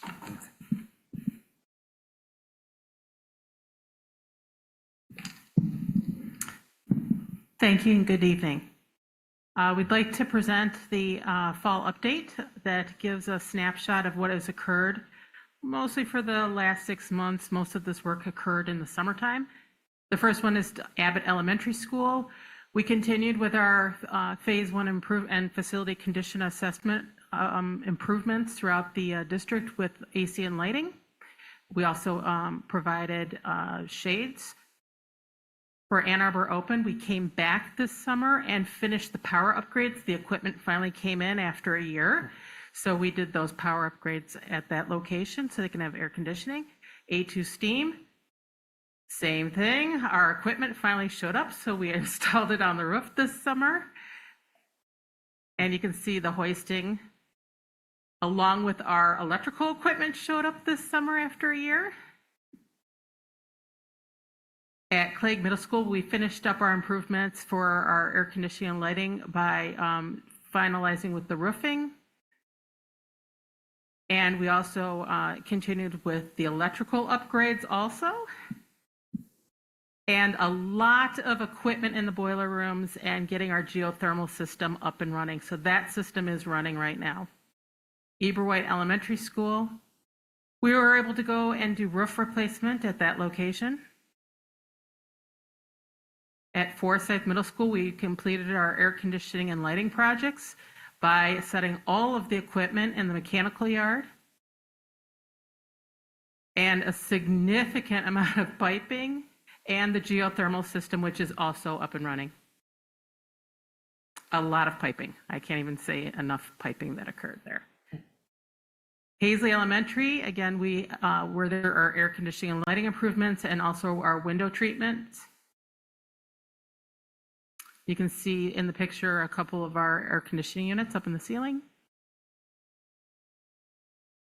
And we will be back there this summer to continue on, next summer, I'm sorry, to finish up at Hazley. Huron High School, the pool, it opened and today. Today was the first day it was open, 2 days ahead of schedule. This was a massive, if you can pause for a moment, this is a massive undertaking of draining the pool. We regrouted the tile, we fixed all the broken tile, do a complete replacement of the filtration system, including digging all the surge pits and repouring all the surge pits. And by the way, a surge pit is so when the water comes in, it can get filtered and cleaned and then sent back out. So that occurred. We put in the new monorail hoist system. You can go ahead with photos. That's some of the mechanical equipment right there for the filtration. It's as tall as this room. We also had to do electrical improvements for the pool area, for the new equipment, and the new monorail system, which was definitely needed in action. So you can see that in action, and that'll allow us to service the pool in the future. We also continued with our storm damage repair. We had to wait for our brick delivery. There was a back order on that, so we got going in the middle of the summer versus the beginning, and we're wrapping that work up on the exterior. That required us to take additional brick down on the front that was weak. We knew that brick had to come down, and did the replacement of the brick on several sides of the building, by the way. In addition to doing a storm damage repair on the roof, we also, the food service equipment that we had brought to the board probably about 6 months ago, we were able to finally install it over the summertime and do electrical upgrades for it. We also finished our paving improvements over by the pool area and the tennis courts, and the greenhouse needed much needed repair with masonry restoration and resealing of the glass of the greenhouse.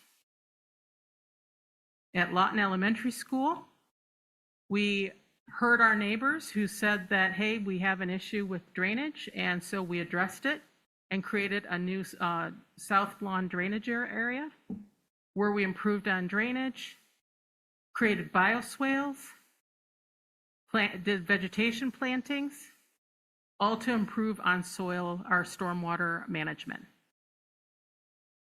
Our solar arrays this summer, Earhart received solar along with Skyline received roof coating and solar arrays at Skyline. A lot of roof at Skyline.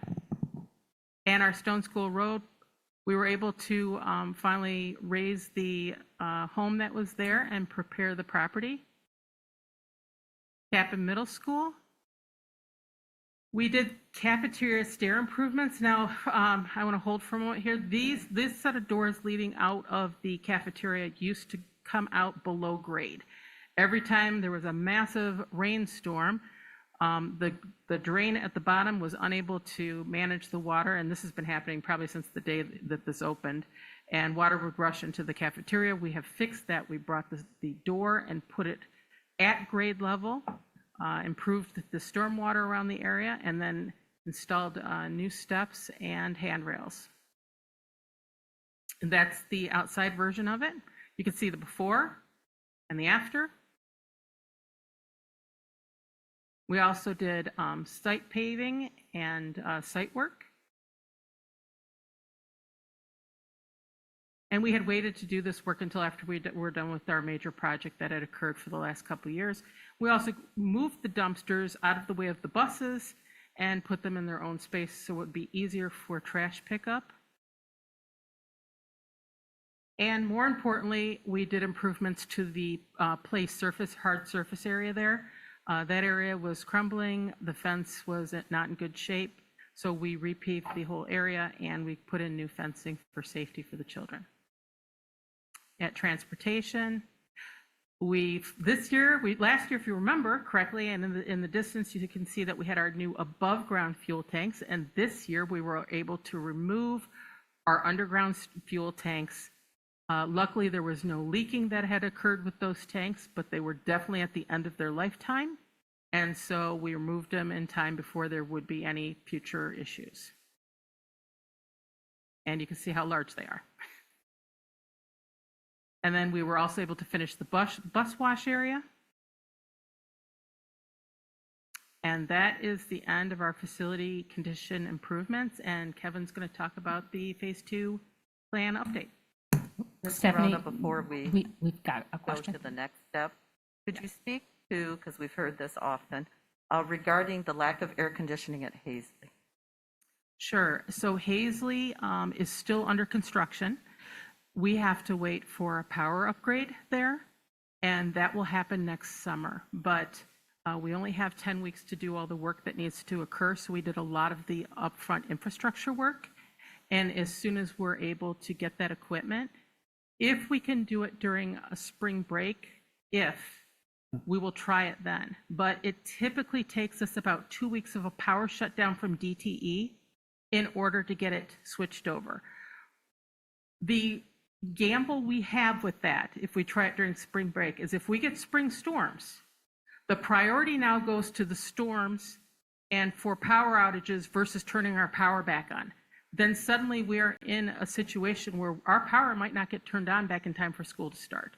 So we don't like to roll those dice during spring break unless we know we're going to have really great weather. So we're going to shoot for doing that next summer. But again, we're still waiting for equipment We're to waiting for arrive. equipment. Yes, ma'am. Thank you. By next summer, you mean in 25? 25. Yes. Any other Thank you. questions? All right.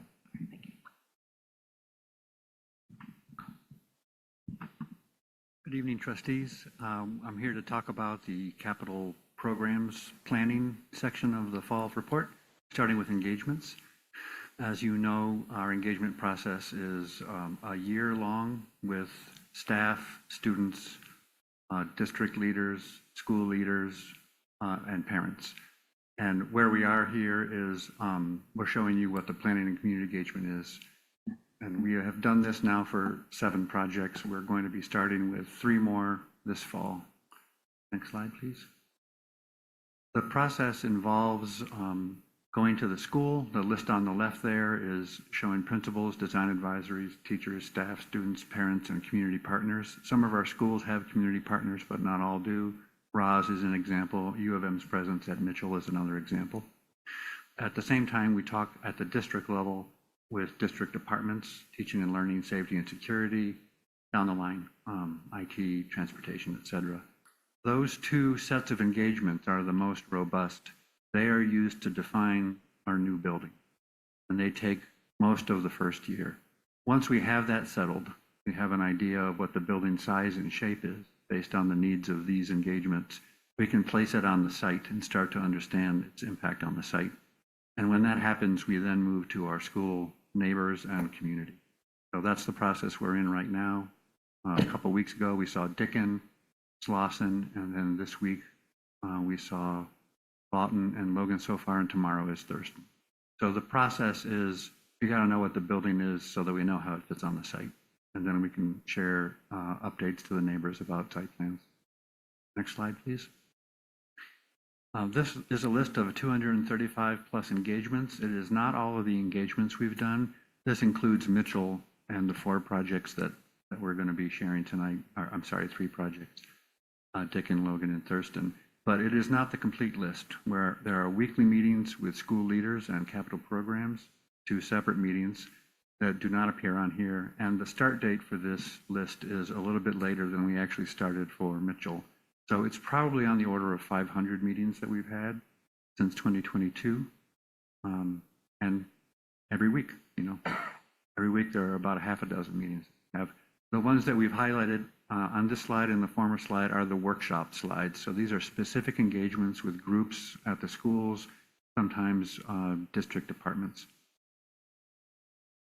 There's a list there of upcoming engagements. We're almost done with them. The second to the last there on the right-hand column, Thurston Neighbor Update is tomorrow, and then we have a Lawton Design Advisory later in the fall. But the list continues.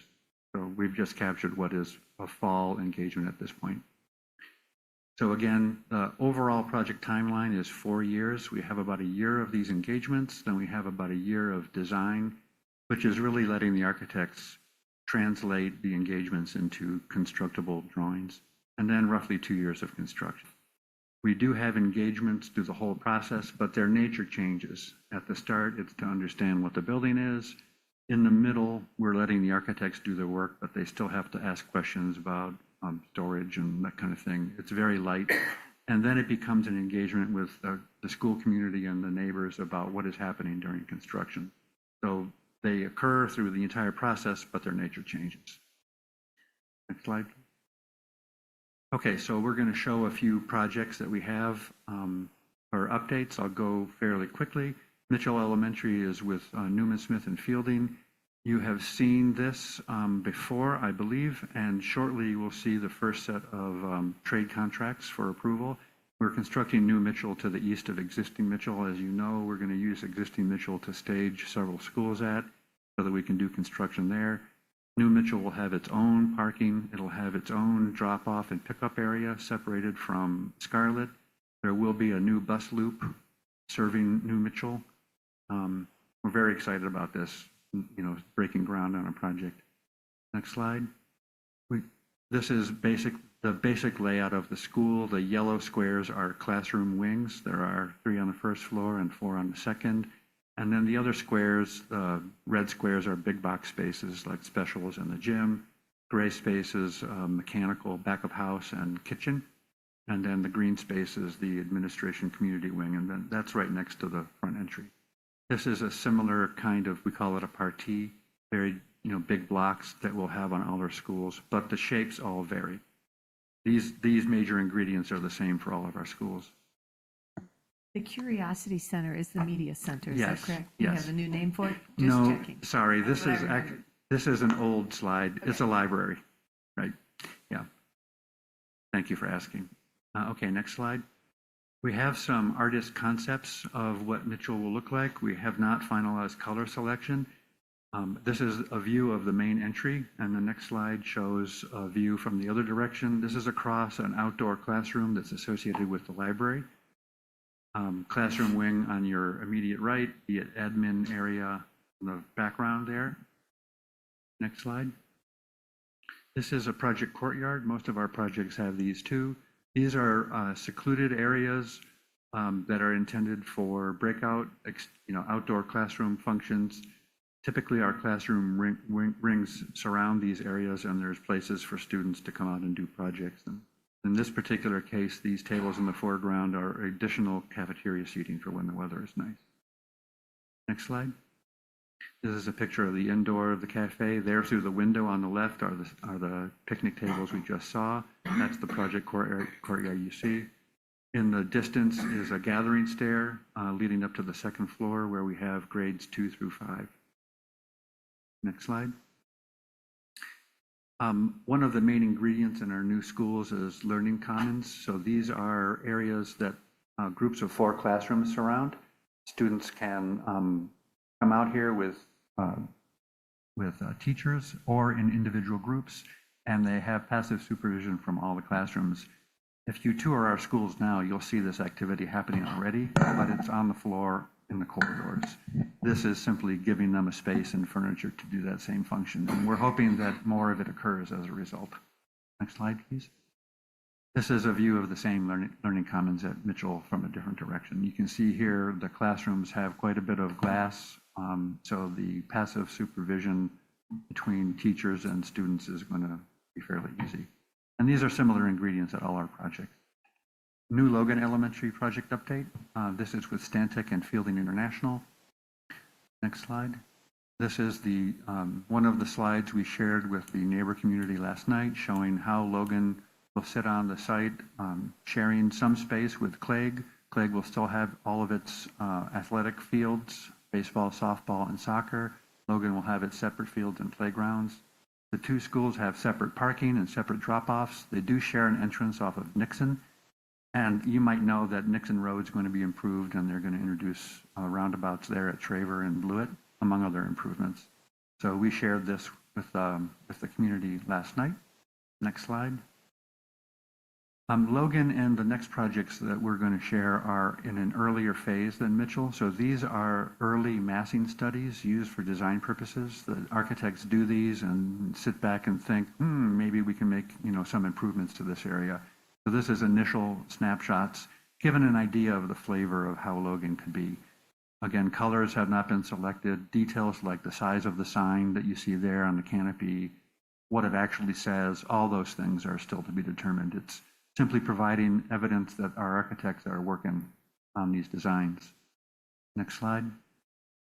This is a looking at the preschool classroom. Slide. This is a classroom wing. We're looking at using different colors, both inside and outside, to provide identity to each of these classroom wings. This is another classroom wing. What you see there in the middle is their version of the project courtyard. We have not, at the level of development here, we have not considered furnishings and shading and that sort of thing. This is looking at another classroom wing from the back of the building. We are looking at shading structures, especially around playgrounds. So again, this is very early days. Something to say about these renderings, we remove trees from them so that we can see the building. We will have well-planted buildings, but it would do very little good for us to study them with all the trees in the foreground. So just so you know. So I remember at the bond committee meeting, I was thinking some of these buildings are just kind of ugly, and I mean, they're just like big boxes. It's like, ugh. So you talked about, as architects are putting this together, we're just trying to get sort of some spacing, like we know these rooms and it'll be 2-story, but like facades and all these other things to make it look artistic or warm will be added. Yes, But we this are looks continuing more to like a study that. prison. Yeah. But I'm sorry to hear that. But also, Well, we're also, very candid at our bond yes, committee meetings. I understand. But the trees that are taken off of this will certainly soften the mass of the building. And so they are literally off of this image so that we can look at the building. But there are plantings, including trees, around the building. Just that will help quite a bit. And we'll pick colors and patterns. When I got on this board, I remember the last superintendent, the direction when they worked so hard to get that bond, just don't build big, ugly buildings. And I'm like, okay, we just, yeah. So just making that point. We are definitely holding them to task. Understood. All right. Next slide. I think we have a Sorry. question from Trustee Dupree. I'm sorry. Okay. I just wanted to ask real quick while it was on my mind. I know that we kind of went through different designs and different classrooms, but during the concept, I didn't see like sensory rooms for students who need that little extra support. Many types of sensory rooms, some dedicated, some flexible. We also find that the learning environments were created, sensory spaces become more integrated into the flexible learning environments. Those are groups of grade level classes. So for a 4-section school, you'd have 4 classes for 2nd grade, same for all the grades, surrounding a number of types of spaces, many of which can be used for sensory purposes. We don't have that kind of space now. So the need for dedicated sensory rooms reduces, but we do still have dedicated sensory rooms. Right. Thank you. Trustee Gainer. Yeah, since we're cutting in, I'm going to go back. I have a question about the community engagement meetings. So these are, the community engagements are times for the planning team to inform the community about what's happening. It's not a time for them to suggest changes. Or is it? That's how we see it. It's an update, and we'd like to receive feedback. We get a lot of good advice during these meetings, but people do all ask for changes as well. So is that possible to make changes at that point, or is it too late? At some level, process. but there are some decisions that are made at this point. What we'd like to engage with is at the detail level. Right. I mean, yeah. For example, the Thurston meeting's tomorrow, and as you may know, there's concerns about the prairie that's going to be replaced by the school, and I assume there's plans to replace it in another area, but are those types of concerns can be addressed positively so the community does feel they have some input that's heard? We feel we've already done that, and we'll continue that spirit tomorrow night. Okay. Yeah. But they are neighbor updates. We are asking for feedback. We get a lot of good feedback. Yeah. The question is, does it go anywhere? Can changes be made? Often it does, but if we're asked to not construct the building, right, that's a different kind of answer. I just want to emphasize the planning has been happening for a long time. Right. And I apologize to those who feel they didn't know. And because we have been very transparent you know, in multiple ways. But I know as a person who may not have a child in the school, may think things are fine, may not be checking into board meetings, you may miss the fact that we're building a new school. And again, I'm not quite sure how to address that, except for to refer you to where the information lies, which is a2schoolbond.org, as well as come to any meeting. So yes, the feedback is definitely welcomed, but as Mr. Sandberg said, we're not going to not build a building. We're not going to move 2 places over because we want to save that particular plant or whatever. So please come, but please understand it's not a matter of neighborhood choice whether to build the school or not. We're coming to you because we are building a school.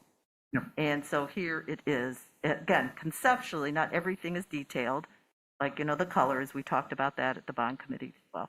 There's an opportunity to make it not a big, ugly building.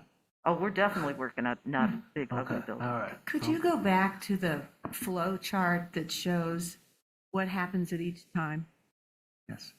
for a second? Oh, boy, that's way back. Well, no, but I think it's important, to your Yeah, point. no, Where we had 2 columns. it was School. like the long The thing planning that showed stage. each phase. Oops, like we went the wrong engagement, direction. that one. Oh, whoops. We'll need to go back to something like slide 63, I think. Or it's early on when Yeah. the It was community early, gets yeah, to hear it. sorry. Because I think this is a good thing to use in this discussion, to have this visual. To be clear, while we're waiting for that, we Yeah. receive all feedback. Yes. Some is very constructive. Yes.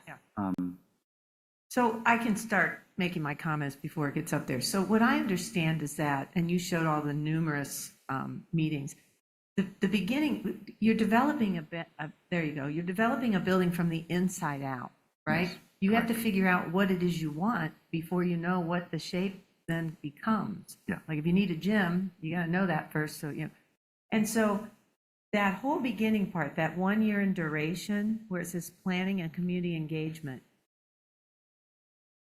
the community engagement, I guess the question is, do we go out to the neighbors to involve them in what's going on inside the building? No, of course, that doesn't kind of make sense. You're talking to Typically, the no. teachers, you're talking to the principals, you know, you're trying to understand what programmatically, right? So show me on this, I believe it's into the next year. Show me where you would actually go out and say to the community, okay, we know what we need to do. This is the goal. We're trying to accomplish this. This is what looks like to be the footprint.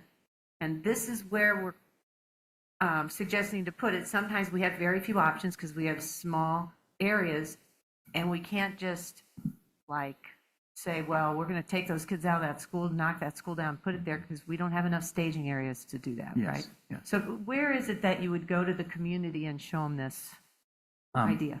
I'll answer your question 2 ways. Okay. How we currently do it is one answer, but we are always looking to improve the way we do communications, and so we've started to develop a plan where it will be different and where we're going to come early to all of the community. And I want to just clarify, when we say community engagement, that's all stakeholders. Okay. Now, community engagement isn't neighbors, it is school community, which, as you saw earlier, is our heaviest series of engagements, and it also includes neighbors. So this is all one big bucket. But typically, we will start, since these projects follow a cycle that's based on occupancy in the fall, they all generally start late fall or early winter, 4 years prior to occupancy.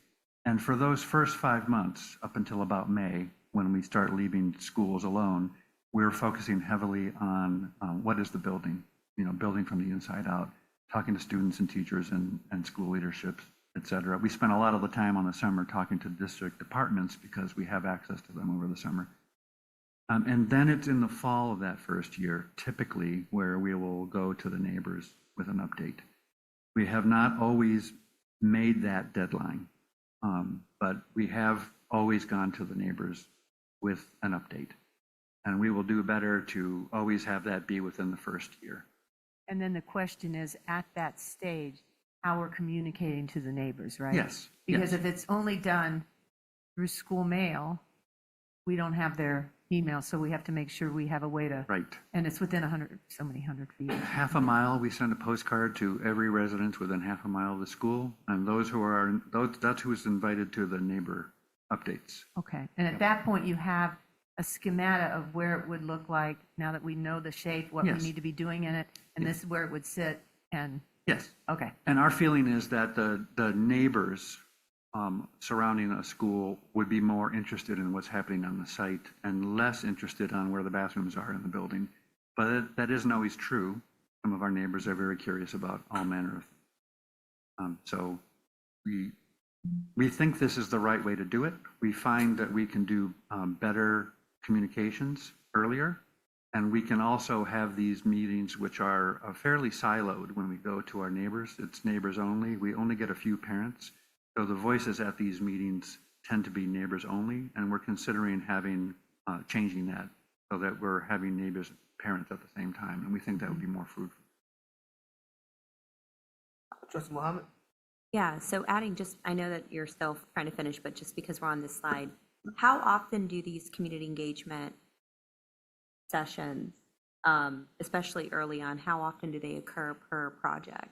Just one time, a couple times? No, dozens in the first 5 months per project. Okay. And then several more in the fall, and then it trickles off in the second year. But I would say when we're going to schools and talking to school leadership, for instance, we often attend 3 or 4 full staff meetings and share with the full staff what the design advisory has been working with us on. We're at schools dozens of times in the 2 years of engagements we do, but it's heaviest in the first 5 months. And how many, I guess I'm more focused on like the parents and the neighbors. How often do they have sessions where they can engage and early on in the planning process? I would say parents are earliest because parents are our stakeholders who want to talk to us about the building, classrooms, pedagogy, all that kind of thing. So 1 or 2 times with parents, and that's a school email blast. So all the parents at the school that year get an invite. We don't get the heaviest participation there, but we have really robust conversations with parents who come, and they're very excited about the work we do. We tend to have one neighbor update in the fall because the level of detail that we're looking to explore with our neighbors and the update is very high level, and we can accomplish that in one meeting.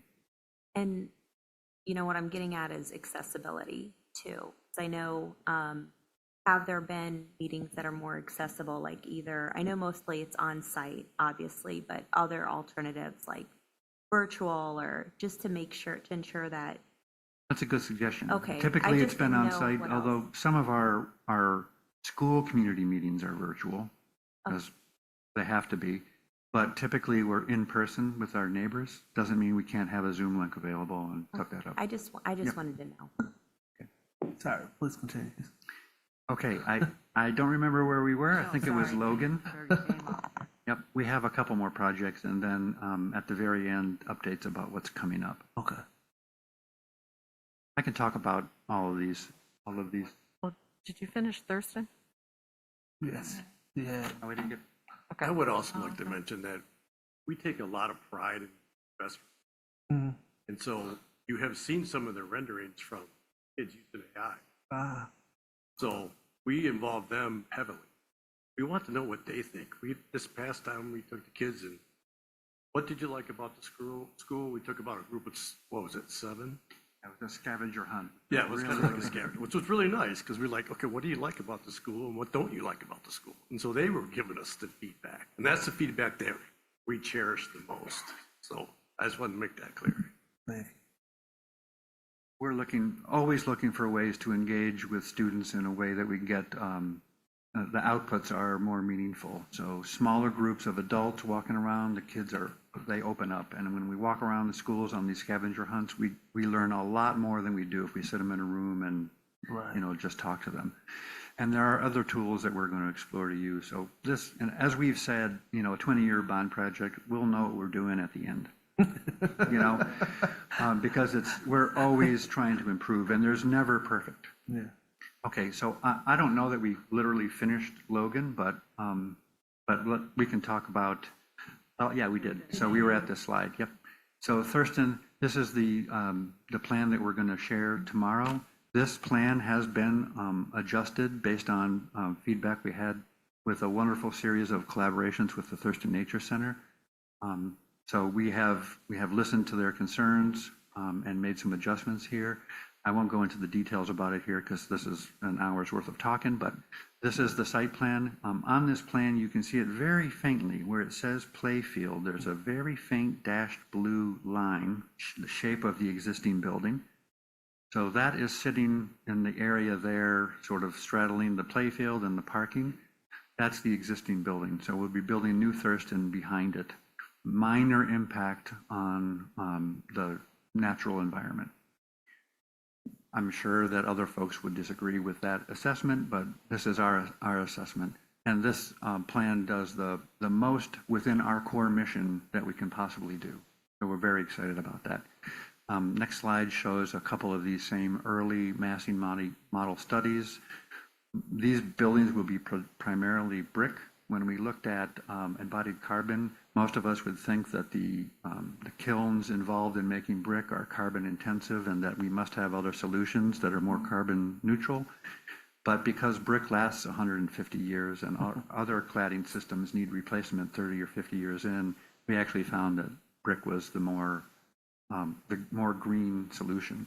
But there are other, so roughly speaking, 70% of the building will be brick, but we want to focus on some smoother surfaces, more colorful surfaces, typically around our entries. Next slide. This is just a close-up of the entry.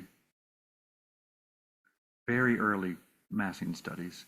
We are looking at ways to introduce color here. We try to do it differently. So the Thurston and Logan are fairly similar schools, because the communities had the same priorities, but we try very hard that they have different identity. They're also 2 blocks apart, as you know. This is looking out over Thurston's version of the play school playground at the classroom wing there. Next slide. This is the project courtyard at Thurston. Whether we have a bridge or a serpentine bench, this is all early days. Slide. Dickin Elementary was actually our first. Dickin is done by DLR Group with Whiteman. We did this, I think, on September 12th. This is the site plan we presented. Similar to the other ones you've seen, in this case, you can actually see the outlining of the existing building more clearly. That's existing Dickin. We'll construct new Dickin while existing Dickin is still in use. We'll have parking for staff and a few visitors and bus drop-off lanes. This is a smaller building than the other ones. Dickin's enrollment is a roughly 2.5 section school, whereas the others are 4-section schools. Next slide. This is early renderings of Dickin. We have some more interesting roof shapes. Hopefully you're all loving that. But still early days on what the cladding is and what colors are, etc. And this is a version of the Learning Commons at Dickin. So again, this is the space where we're providing furniture for our students who are currently sitting on the floor in the hallways doing projects with one another. And this is, again, passively supervised by all the classrooms that surround it. The number of classrooms at Dickin is different since it's a 2.5 section school than it is at a 4-section school, but the ingredients are the same. And the furniture here is all just, boilerplate. We haven't done any furniture selections. Absolutely. The best part of all these things you show us are all the natural light. And I know that that's been an emphasis, but that any of us that have taught in a classroom, natural light is just such a plus. Yep. We're looking for it to be so that every normally occupied room has excellent access to daylight and views. It's not always possible, but we're getting like 99% there. Next slide. This is the cafe version at Dickin. This serves a double purpose. This is an assembly area and a cafe. To the left off of the screen is a small platform. It won't feel like the stages we have at our current schools because it's lower, and it's also going to be used as cafe seating, excuse me, during lunches, but it can clear off into an adjacent storage room so that we can do productions there. And we're looking for philic elements here. So the central theme here is this tree. The details of the tree have not been sorted out, but something constructed out of wood with some, cloud-like and leaf-like acoustical and lighting elements floating above. Next slide. Oh, that's the last one for that, but we have some upcoming projects. We have two well, one more slide and then a little bit more information. This is the projects that we're looking at starting. These are construction projects. So winter 2025 all the way through summer 2025. We'll be bringing trade contracts to you for all of these in the next, I'm going to say, 3 or 4 months. What's not on here are the planning projects. Apologies for not having a slide there. We're currently talking to Lawton and Lakewood. We're in the first maybe 8 months of our engagements there. We'll emerge from that heavy engagement session in November, December of this year. But in the next couple months, we're also going to start our engagements with Burns Park, Wines, and King, which are next on our plan. Happy to take any questions. Trustee Baskett. I'm surprised this has not come up earlier in the the engagements, but could you speak to maintaining and keeping the schools beautiful? We talked, I know in other previous meetings, we've talked about you're looking at surface areas and outdoor spaces to make sure we can keep them, again, clean and beautiful. Yes, thank you. Well, durability is important. We would want to have our outdoor play elements and furniture needs to be durable for outdoors. It will be fixed in place. We're not going to have any loose picnic tables or anything like that. Brick is, as we know, very durable. And we're studying the various kinds of other cladding that is smooth and colorful, but some of it has 50-year warranty, some of it has a 30-year warranty. We're certainly cognizant of something that can be touched and it has to be cleaned. On the inside of the building, we're spending a lot of time with custodial folks understanding how new surfaces can be kept and maintained. We have not settled in on a standard yet, but as an example, Trustee Schmidt, you pointed this out. Most of our schools right now are resilient floors and we have area rugs. There are compelling reasons to reconsider that as a standard, but we have not yet made a decision about the amount of hybrid carpeting that we might use as opposed to resilient. It is heavily influenced by how it can be maintained. So we're looking at that. But I would say that we have, with the capital programs and operations sides, we have regular touches about, like, how are we going to maintain this? Same thing on the mechanical units, electrical systems, et cetera. Sorry, Trustee Dupree. I have another question because it wasn't, I'm sure you've taken care of this, but it wasn't really clear to me from the pictures. So with the playground equipment, how do you make sure that it's like ADA compliant for students who may have mobility devices and so on? Well, we have our design professionals have a mandate for inclusivity in all areas of the building, so definitely our playground structures will as well. Trustee Carroll. Yeah, I've been to a couple of these engagement meetings already, and one thing that hasn't come up is the energy efficiency that we will get as a result of those. So I heard us talk about potential sites for geothermal. I'm guessing a lot of them will be sites for solar array. That just seems to be the right thing. So I think it would be good to see what efficiencies we're gaining as a result of energy. Once we know them, and if we can even project them, I think it would be good to share that with the community. Absolutely. And that's an hour's worth of a conversation, but what our aspirations are very aggressive, and we're actually doing better on that side. Yeah, I think from what I saw in the community agent meeting, I think we just need to remind, that's a good reminder to our community about our outdated buildings and why we have this in the first place, and what efficiencies we get down there. Thank you. Understood. Trustee Schmidt. To piggyback on that, and I may have brought this up in another meeting. I know it was in the bond committee. Some people were troubled that we're doing a 2-story. And my initial reaction was, you're going to take up space with stairwells and stuff. But then it was talked about the energy efficiency. Could you just touch on that? I don't want to spend a lot of time on it. Yeah, so our buildings will be larger than existing buildings because of the ingredients we're adding for support services and collaboration spaces, et cetera. One of the reasons they're 2 stories is to fit on the sites, but the primary reason is because a tight, compact mass holds its heat and cooling better than a sprawling mass does. There are many, many reasons why we're considering 2 stories, but from the energy point of view, it has to do with the ideal shape for energy. I'll say conservation, that's not the right term, is a sphere, because the volume to mass ratio is the smallest it can be. As you start adding more surface area to the mass, it becomes less and less energy efficient. So 2 stories is automatically more efficient than one because we have a floor over another floor and we don't have heat loss through that part of the roof. Increase in air quality. No. Because you do that. No. We do have stairs as a result. That is true. And elevators. And I guess similar to Trustee Carroll and Trustee Schmidt, or at least on the same lines, I'm assuming you all are thinking about future and what's going to come down the line in the future, and how these buildings can be adaptable for whatever we can foresee or imagine might be needed in the coming days. We're building flexibility in 2 ways. One is the designs as they are highly flexible. School administration can use them in many different ways, but also in the type of construction that we've picked. Most of our buildings that we went to are block walls everywhere, very hard to adjust, certainly very hard to adjust quickly. Whereas our new construction is going to allow us to go in and make changes fairly easily. Trustee Carroll?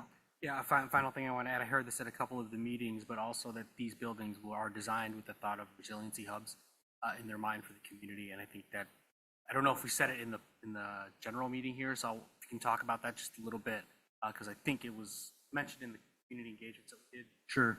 There are 2 kinds of resiliency hubs, and this is a joke I make all the time, one with a capital R and one with a small r. There is a legitimate resiliency hub that's partnering with the Red Cross. They have particular standards.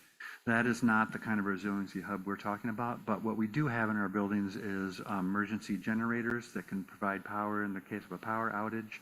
They are community centers. If there's an event in the neighborhood, they can be opened. They have kitchens. Our elementary schools have a shower, and they have laundry facilities. They have places to gather.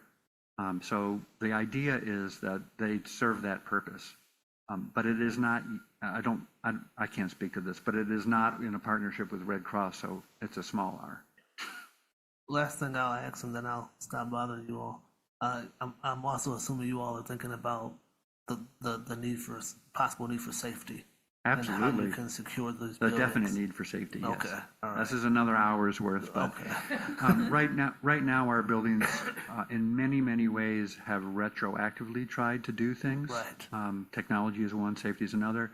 These buildings will have it baked in at the start. So in the DNA will be some significant efforts to make them safe and simple, but effective. Okay. Yeah.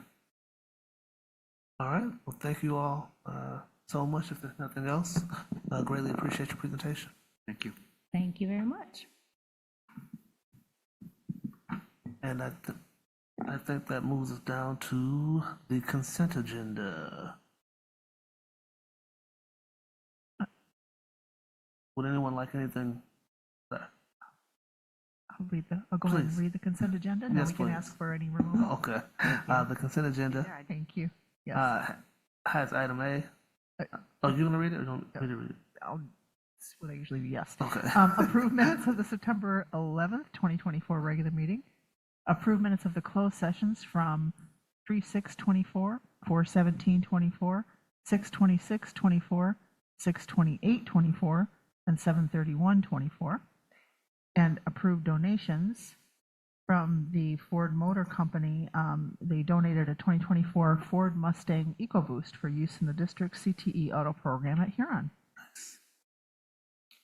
All right.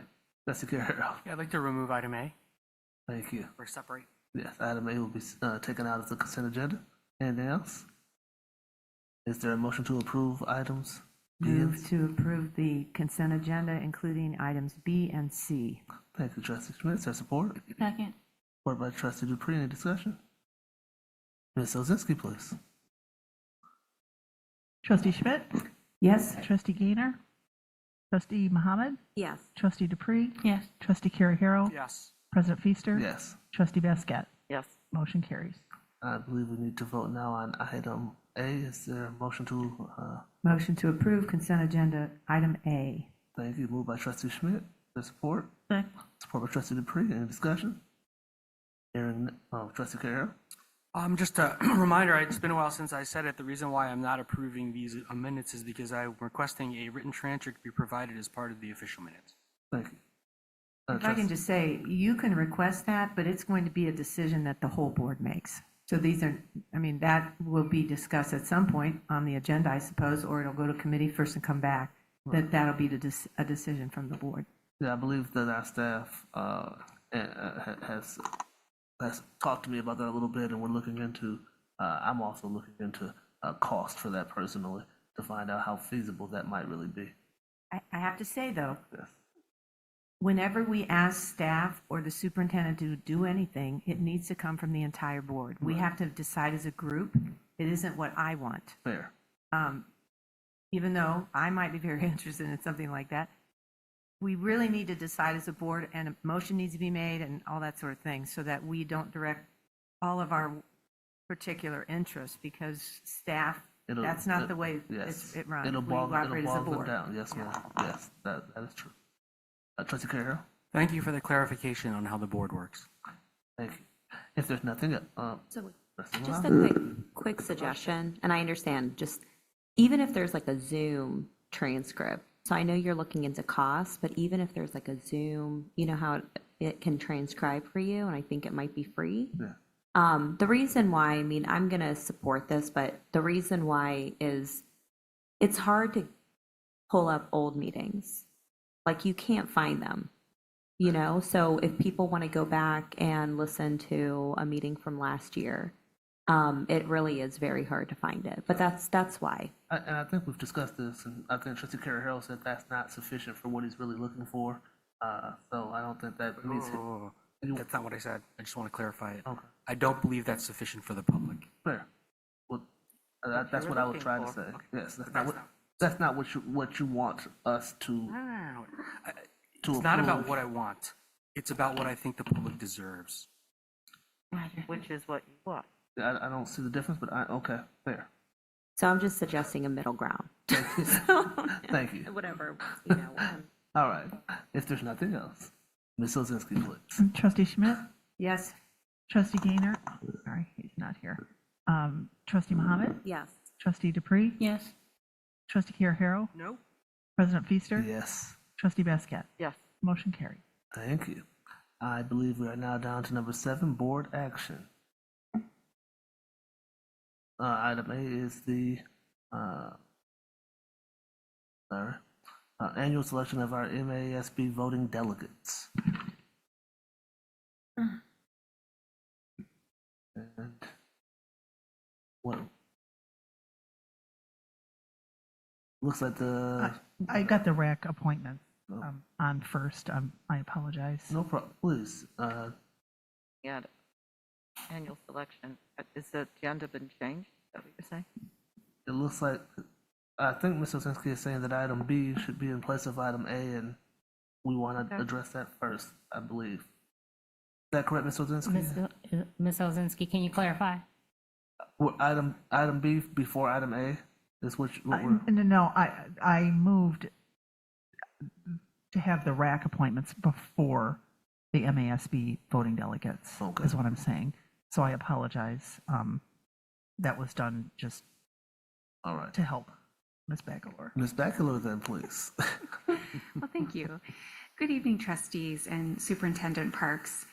Every other fall, I come to you with some RAC appointment nominations, and this fall is no different.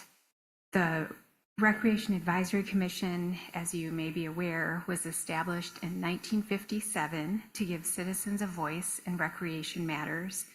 There are 12 voting members, 6 of whom are appointed by you and 6 of whom are appointed by City Council. We like to reserve 2 of our 6 seats for high school students so that we have student voice as part of the commission.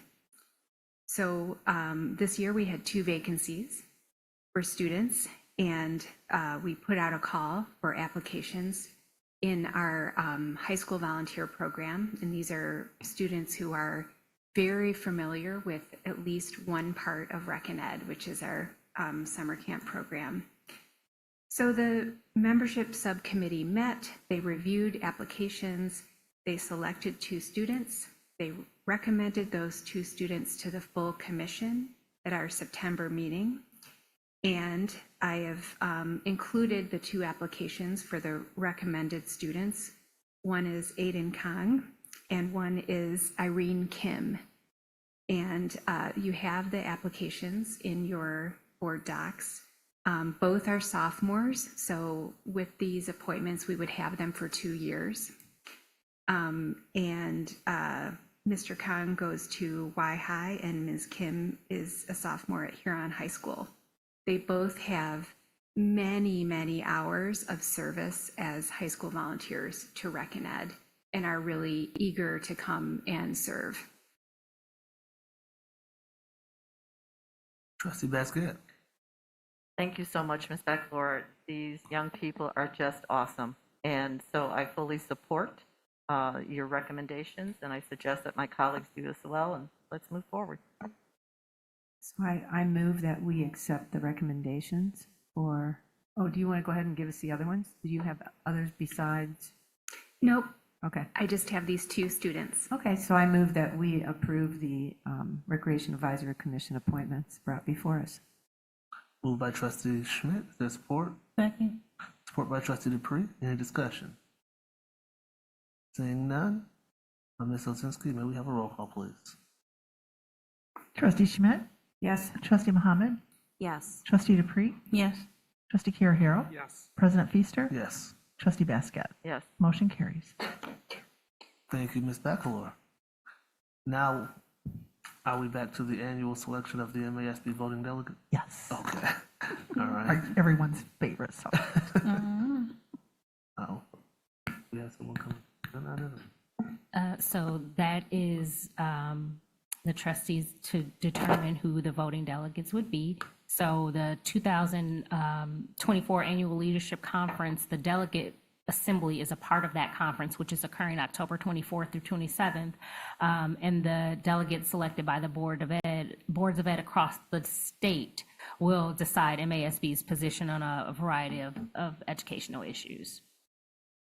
If I may, Mr. Yes, President. Trustee Basket, please. So as Superintendent Parks mentioned, it is a delegate assembly of all of the participating school districts in MASB, the association. On the 24th, trustees, you received a handbook which has all the resolutions listed there. In another time and place, school boards come together to talk about each one of the resolutions so that their delegates know how to vote. It is a voting process. It is very efficient, much more efficient in the later years than my earlier years. So if you have something that you're really committed to or want to see or don't want to see, I suggest that you review the handbook and voice your opinion to the delegates who will again represent us at this particular meeting. Unfortunately, this year I will not be able to participate. I'll be working furiously on the Get Out the Vote campaigns. But for those who have not attended, it is a good experience and an opportunity to meet other district or other school board members in districts across the state. Thank you. I think I went to this last year shortly That's after right. I was appointed. Yes, sir. Yes, okay. Didn't you have fun? I did. It was a great time. I would love very much to go, but I will be out of the state that weekend. Okay. I'm sad to see, these plans are already made, so I can't really change. All right. Well, it looks like the recommendation is to follow our practice from last year to allow the greater flexibility. In the case of unforeseen circumstances, it is recommended that all trustees be designated as voting delegates or alternates. This process is followed by both boards in the state. Trustees designated as voting delegates or alternates are not required to attend the delegate assembly. However, those who will serve as voting representatives must attend to vote in person. And then it says the board president will coordinate conference attendance at the delegate assembly conference. So I guess our past procedure before I got here was to nominate everyone to go. And so is there Because we're allowed 4 delegates and 4 alternates. There's only 7 of you on the board, so obviously. So if the 2 of you are unavailable, then there are four of us here at the table. And just because you are, certified as a delegate or an alternate does not mean that you must attend. Okay. If you can't attend, Is there a motion? can't. Is there a Then you motion can vote. then? So then there needs to be a motion. Yeah, so moved. Well, so we'll delegates will say are Feaster, Dupree, Caraharo, and Mohammed, and we won't have any and Gainer for an alternate. Okay. How's that? Sounds perfect. Well, So it's been may I moved by, ask, though? I'm sorry. I'm sorry, it was moved by trustee Schmidt, I believe. Was there support for that? Support. Support by trustee Basket. Did you have some discussion? Yes, is anybody looking to attend? I go again. Good. It's important for Yeah. we have some voice there and also to report back. Right. So again, I encourage folks to read the handbook and give their thoughts to our delegate, which looks like President Fisher. All right, any other discussion? Okay. Moved by Schmidt, second by Basket? Yes, please. Yes, Thank ma'am.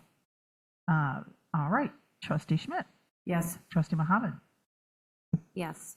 trustee Dupree, Yes. trustee Caraharo, Yes. President Feaster, Yes. trustee Basket. Yes. Motion carries. Thank you. And now it looks like we're down to letter C, motion to invoke bylaw 1050, amendment and suspension of bylaws for temporary suspension of bylaw 1500 board policy. Ms. Ozinski or Superintendent Parks, can you expand on what we're asking here? We were hoping to by invoking this bylaw, we would allow me to go into all of our policies and make pronoun changes throughout without having to do the 14-day wait between bringing all the policies to a first briefing and then 14 days later, second briefing. So this would just allow us to bypass that and do it in one fell swoop. Good. Is there a motion to allow, sorry, trustee Carroll? Yeah, so is there, if it's suspended, I'm just curious about whether or not there's a day to end the suspension, right? It would be temporarily to perform this task only. So when Yes. the task is completed. So when the task is, and I would then, I could probably use some clarification, Mr. Combs. Once I make all these changes, do I need to bring the motion to have them adopted? I may have asked that and I apologize.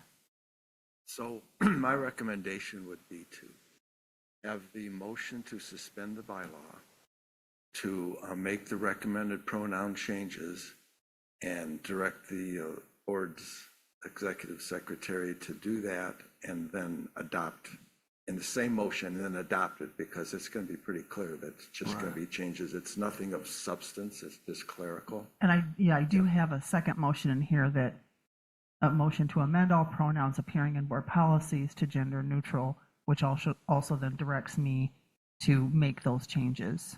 It seems And like we so- should vote on D Together. first, because we want that to be done, and then how we do it is we vote on C. That's in, does it matter? I I don't know that it I don't know it matters, but necessarily. Yeah, it does matter because if we say, yeah, we're going to do this, and then we get down to D and not everybody's agreeable to this, it's like, well, why did we just revoke our bylaws for something that we haven't agreed on yet? Okay. We haven't voted on D The yet. reason we're doing it is D. Do trustees have a problem if we take D first? No. Okay. So is there a motion then to amend all pronouns appearing in board policies to gender neutral? Motion. Second. Moved by trustee Dupree, supported by trustee Schmidt. Any discussion? Trustee Basket. So does this include the vision statement and other proclamatory? Yes, it would include, yes. If it's a Proclamation, policy, yeah. if it's a board policy right now, that is what would be changed. Our vision statements and our beliefs and all of that are part of board policy. So yes, So just so I'm clear, so any time that there is a gendered pronoun in our policies, those are going to be changed to they, them pronoun. correct. Thank you. And are we to assume also anything going forward, or is that a separate conversation. That will be part of writing the new policy. Okay, so that'll just be built in. Okay. All right. Is there any other discussion? Seeing none, Ms. Ozinski, please. Trustee Schmidt? Yes. Trustee Mohammed? Yes. Trustee Dupree? Yes. Trustee Carahero? Yes. President Feaster? Yes. Trustee Basket? Yes. Motion carries. Back to C. Yes. Is there a motion to invoke bylaw 1050, amendment and suspension of bylaw for temporary suspension of bylaw 1500 board policy? So moved. Moved by Trustee Second. Carahero, supported by Trustee Schmidt. Any discussion? Seeing none, Ms. Ozinski, please. Trustee Schmidt? Yes. Trustee Mohammed? Yes. Trustee Dupree? Yes. Trustee Carahero? Yes. President Feaster? Yes. Trustee Basket? Yes. Motion carries. Thank you. And now I believe we're down to number 8, items for agenda planning. Anything additional from what we've heard over the last few months for agenda planning? Trustee Basket? I just want to stress the urgency, the need, legally, morally, ethically, to get these meetings scheduled regarding board focus, whether you want to call them goals or foci, and then also leading to the evaluation, not only the process, and get those dates locked in place. Because we can always cancel a meeting, but as we've seen, it's hard to get one scheduled.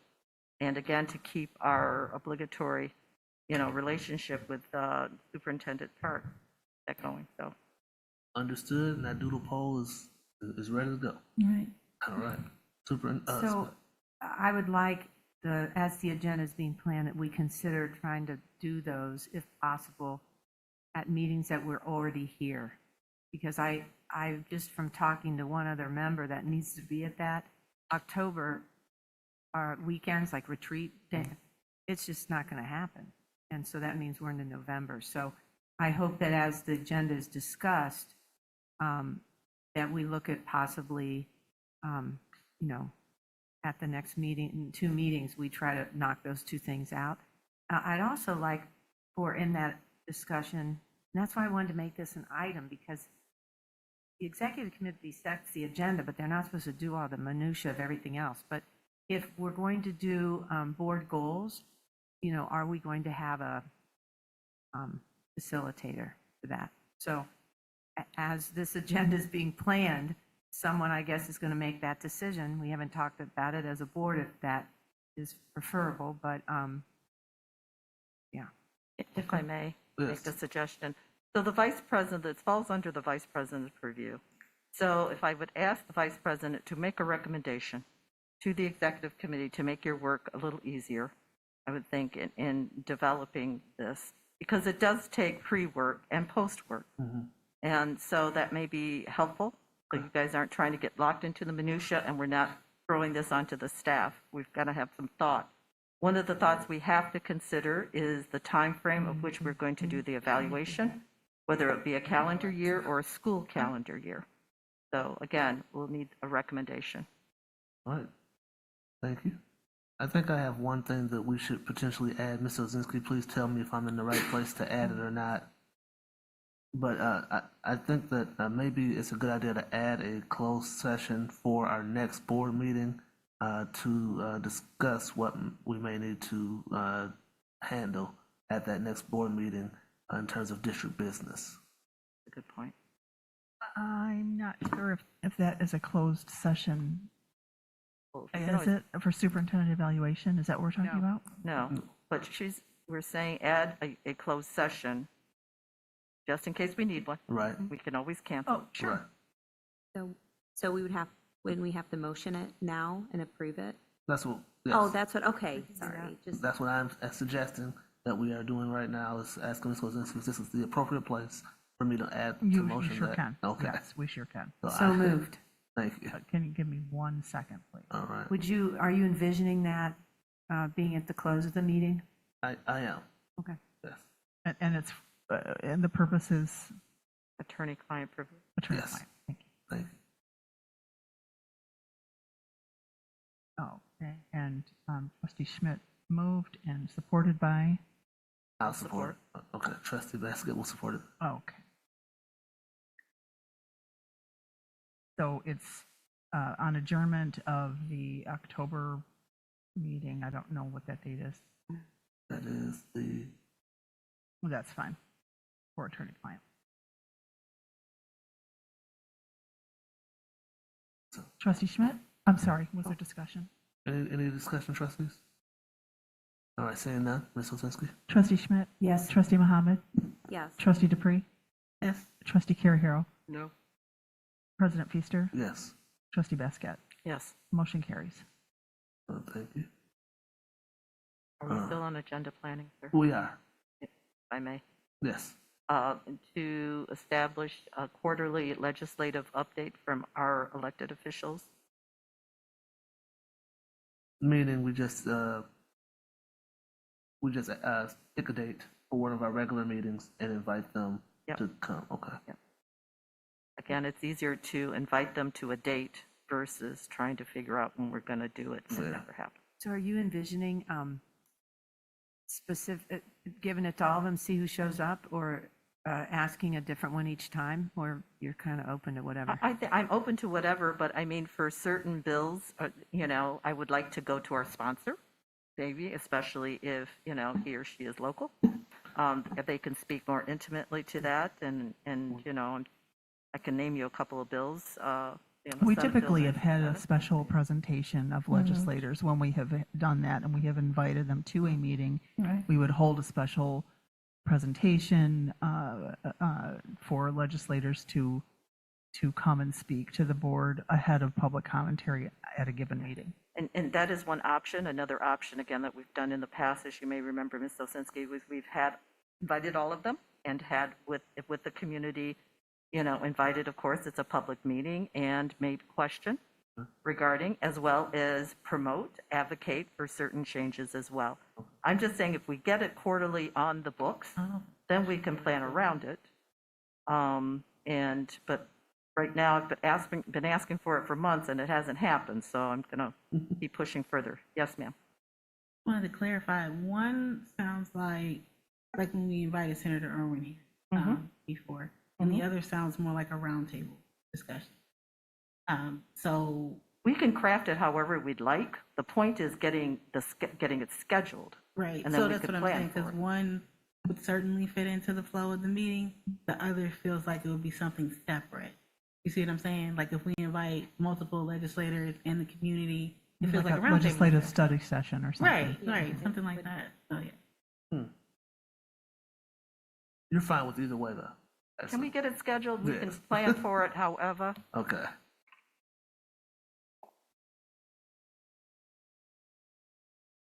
Anything else, trustees? Trustee Free? I just wanted to make note that as far as clarifying things around the superintendent evaluation, I do plan on asking about doing a very quick planning meeting if that comes to the planning committee. With that being said, whenever you guys get the opportunity to give me some dates, because if we do get a facilitator, it's much easier for me to organize, for me to say, can you come in on this date? So, thank you. If there's nothing else? I'm sorry. I'm sorry. I don't want to belabor this, but I thought we had heard, Trustee Schmidt, you can speak to this, of course, planning around meetings that we already have on the books. So that should be easier than trying to schedule another one. Because what happened is, I was just talking to Jazz, for instance, and I was saying, so I'm just curious. I was asking her, what are your weekends looking like? Because she would be at these. And I can already see her schedule. And then I looked at my schedule already with 2 people. It was not happening. And we haven't even talked to everybody else. So I was thinking, well, something that everybody marks on their calendar are the Wednesdays we have board meetings. And I thought, why don't we see if we can take part of a board meeting to work on board goals, and then take another part of a next board meeting once we've gotten that settled, to have the meeting. We could go into closed session, if you so choose, the closed session, to discuss how those dovetail in with her goals, her own personal goals that we evaluate. I'm just trying to think, because that's what I found out in the last couple of days, just chatting with her. So You go ahead and do the doodle poll, but I think we're going to already see that blows up pretty quickly and pushing us to November. I think you made a really good suggestion. That's why. Yeah. Well, I said that before I talked to her, and then when I Yeah. talked to her, I thought, oh no, boy, this isn't going to go well. Yeah, no, like So I said, the I thought doodle it was a poll really good two blew suggestion. up. But with that being said, what I'm hearing is you want to have a shorter regular meeting and then have half the meeting be similar to like a session.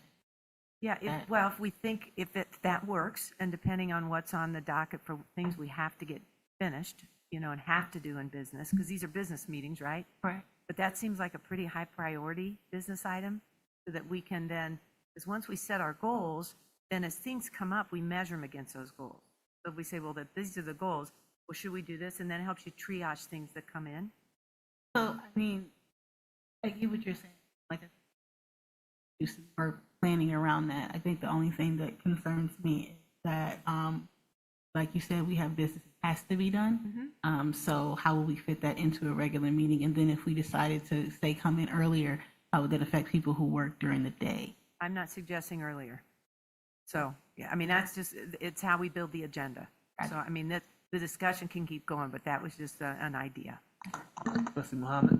Yeah, I mean, that sounds like a creative way to try to find, since we already have it on the calendar. My concern is that it would have to be turned into just that.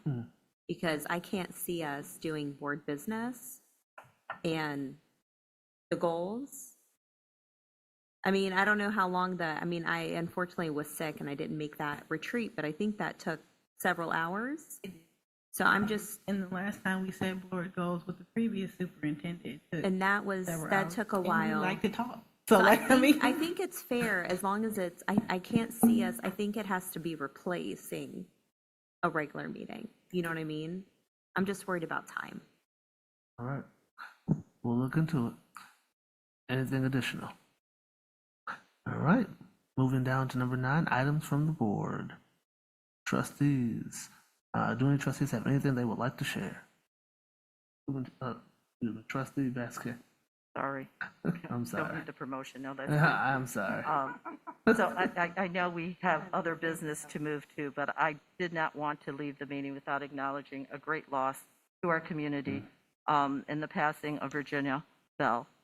Dr. Bell died on September 21st this year.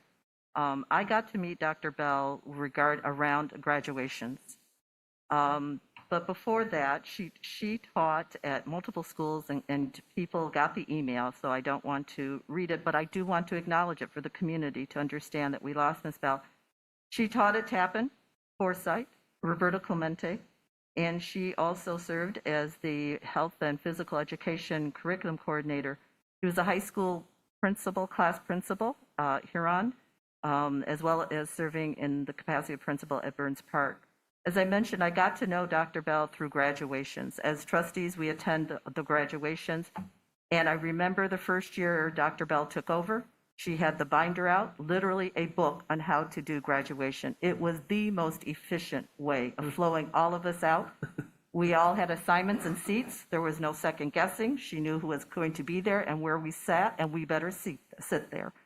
She did this, of course, very graciously. And I remember the next night we had the other high school graduating, and I kept saying, get the book from Dr. Bell. So to her family, I'm not sure if she organized the family life like that, but I'm sure it was very efficient as well as fun. So thank you for sharing Dr. Bell with us. Her celebration of life will be Monday, 2 p.m. At the church. And I just want to say thank you for having her, and she will sorely be missed. So that's the first thing. Then I want to run through real quickly, since we did not have a legislative update. I'm going to give it to you via the MASB Government Relations Committee. And as I've mentioned before, I serve on this committee, and this committee makes recommendations to the MASB Board of Directors regarding our position on certain legislation. We did receive a substitute, a modification to the FAFSA graduation requirement. As you know, this is been in the works to require application to the FAFSA, which has been an absolute disaster, as a graduation requirement. And the board has voted against this, or told the folks that we were going to not support this, but they came back with a modification which allows school boards to have a opt-out as a waiver. And so that made it amenable, and the committee voted to move from opposing it to a neutral position. Then there's an update, the MIPSers, Senate Bill 911, Trustee Schmidt has already reported on that. One thing to note, though, this year districts must collect the 3% from the teachers, and then the districts will be reimbursed. Something we also discussed and took action on is Senate Bill 967, sponsored by our own Senator Jeff Irwin, which requires charter schools and traditional schools to post the names and address and a phone number of their board members. The contact information may be that of the charter school or of the district office, but there will be a contact information of who's serving on your board and how to get contact them. And of course, that could be a contact us form on the website. This puts us on a more even playing field, if you will, because as you know, some charter schools, we have no idea who's serving their capacity because they're not required to post that. So the committee did support that. Very controversial, or could be controversial, is House Bill 5921, sponsored by Representatives Tisdale, Steele, and Kuhn, regarding the restricted use of student cell phone and other electronic devices. This will require school districts, us, including charter schools, to develop and implement a policy that, and this is important to note, prohibits students K through 5 from having any wireless communication device on school grounds. For students grades 6 through 8, prohibits the use of any wireless communication device on school grounds during instructional time, breaks between instructional time, lunch, and recess. And for the older students in grades 9 to 12, it prohibits the use of any wireless communication device on school grounds during instructional time. This includes text messages, emails, voice communication, entertainment, navigation, accessing the internet. School grounds, again, is defined as our properties, does not include for adult education. As with all policies, the teachers will be expected to enforce this new policy. It would eliminate the use of emails by younger students. It'll impact the teacher's use of device as part of an instructional time, and it's seen by some in the committee as an extreme overreach. And someone noted 74% of parents oppose the use of cell phones in the schools. So the committee, the majority of the committee, there's great discussion, oppose the bill. I bring this up so that parents who have been talking to us or wanting us to have more conversation can have voice into whether this bill moves forward. Again, it's House Bill 5921. So, thank you. Any other items from the board? Okay, seeing none. May I have a motion to adjourn the meeting to go into closed session by roll call vote? So moved. Moved by Trustee Schmidt. Is there support? Support by Trustee Dupree. Ms. Ozinski, may we have a roll call, please?